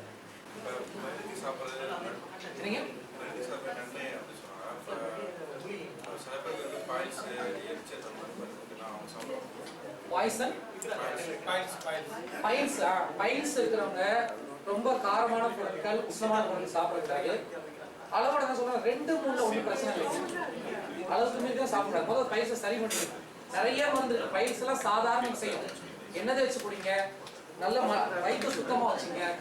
பத்திய சாப்பாடு 1 மாசம் நல்லா பாசி பயிர், மணத்தக்காளி போட்டு காரமெல்லாம் சாப்பிட்டீங்கன்னா எல்லாம் சரியாகி போயிடும். ரொம்ப சாதாரண விஷயம். பயிர்ஸ் என்னன்னா உடம்பு அவ்வளவு கெட்டு போச்சுன்னா வேற இல்லை. அடுத்து கருணை கிழங்கு லேகியம் நிற்கும், அந்த லேகியம் வாங்கி சாப்பிட்டா சரியாயிடும். இங்க நிறைய சித்த வைத்தியர்கள் இருக்காங்க, நீங்க தயவுசெய்து சித்த வைத்தியர்கள் கொஞ்சம் ஆதரவு கொடுங்க. கொடுத்தீங்கன்னா அவங்க நல்லா அவங்க வைத்தியம் செய்வாங்க. நிறைய நல்ல விஷயம் நமக்கு கிடைக்கும். கடைசியா ஒரே ஒரு மருந்து உங்களுக்கு சொல்றேன். இப்ப கடுக்கா சாப்பிட்டீங்கல்ல, சொல்லாம இல்லாம நீங்க மீட்டிங் முடிச்சிருங்க எல்லாரும். திரிகடுக்குன்னு சொல்லுவாங்க. இது பேர் என்ன சொல்லுவாங்க? திரிகடுகு, சுக்கு, மிளகு, திப்பிலி. எல்லாரும் சொல்லுங்க. மிளகு, திப்பிலி. இது வந்து அருமையான ஒரு மருந்துங்கய்யா. எந்த லேகியம் செஞ்சாலும் சரி எல்லாத்துலயும் இதை போடுவாங்க. சுக்கு, மிளகு, திப்பிலி. நீங்க எந்த நாட்டுக்கு வேணாலும் எந்த ஊருக்கு வேணாலும் போகலாம். இதுவும் தேனும் ஒரு டப்பா எடுத்துக்கணும். திரிகடுகு சூரணம்னா பொடின்னு அர்த்தம். இது எல்லா நாட்டு மருந்து கடையிலையும் எல்லா கடையிலும் கிடைக்கும். இது என்ன பண்ணணும்னா காலையில் எழுந்திரிச்சு சொன்னீங்க இவ்வளவு கரெக்டாக ஒரு பிஞ்சுன்னு சொல்லுவாங்க. இந்த 3 விரல சேர்ந்தீங்கன்னா சின்ன அளவு வரும். தேன் ஊற்றி நல்லா குழைச்சி நல்லா நக்கி சாப்பிடணும். அதெல்லாம் வைக்க குடிச்சு தான் பார்க்க நக்கி சாப்பிடுங்க. நக்கி சாப்பிட்டா நல்லா உமிழ்நீர் சுரக்கும். சுடுதண்ணி ஒரு டம்ளர் சாப்பிட்டுட்டீங்கன்னா அடிக்கடி சளி பிடிக்கிறது, இடம் மாறணும், தண்ணி, இதெல்லாம் பிரச்சனையே வராது. உடம்பு அற்புதமாக ஒரு 48 நாள், 1 மாதம் 2 மாதம் நீங்கள் சாப்பிட்டு பாருங்க. நோய் எதிர்ப்பு ஆற்றல் நல்லா வரும். திரிகடுகு சூரணம் அதை நம்மளா செய்யும் போது அந்த அளவு ஏற்படும். நீங்க அதெல்லாம் இருக்கு, நிறைய கிடைக்குது.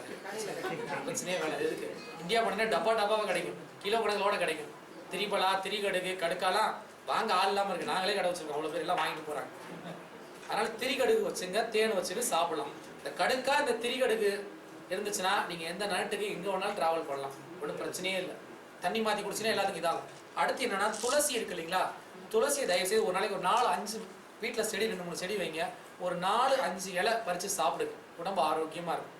என்னோட குருநாதர் என்ன சொல்லுவார், இளமையாக இருக்குன்னு ஆசைப்படுறியாப்பா? நான் ஆமான்னு சொன்னேன். ஆடு மாதிரி இருக்கிற இலைகளெல்லாம் மேய் அப்படின்னு. அந்த மூலிகைகள் பேரெல்லாம் சிரஞ்சீவி மூலிகைன்னு அர்த்தம். இப்போ துளசி ஒரு 4-5 இலை சாப்பிட்டீங்கன்னா ரொம்ப அற்புதமானது. என்ன துளசி வேணாலும் சாப்பிடுங்க, ப்ராப்ளம்.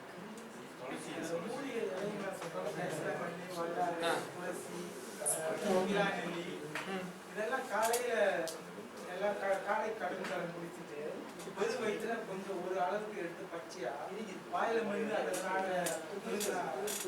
அது இன்னும் சூப்பர். ஆக்சுவலா அப்படிதான் சாப்பிடணும். கிடைக்காத பட்சத்துக்கு அதோட மூலிகை பொடிகளை எடுத்து கசாயம் போட்டு சாப்பிடலாம். அதெல்லாம் ஒண்ணும் இல்லை. நீங்க நாசிலமா சாப்பிட்றப்ப ஏதாவது பாதிப்புன்னு கேட்டீங்களா? கடையில சார் நாசிலமா சாப்பிட்றோம் ஏதாவது பாதிப்பா அப்படின்னு கேட்டீங்களா? நல்லது, சூப்பரா செய்யுங்க எல்லாரும். சரிங்க, எல்லாம் ரொம்ப நன்றி.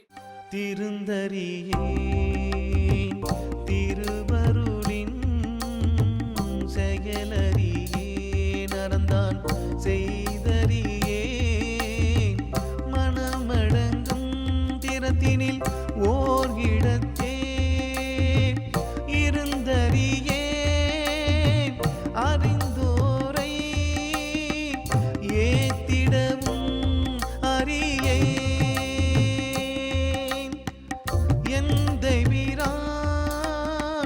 மணி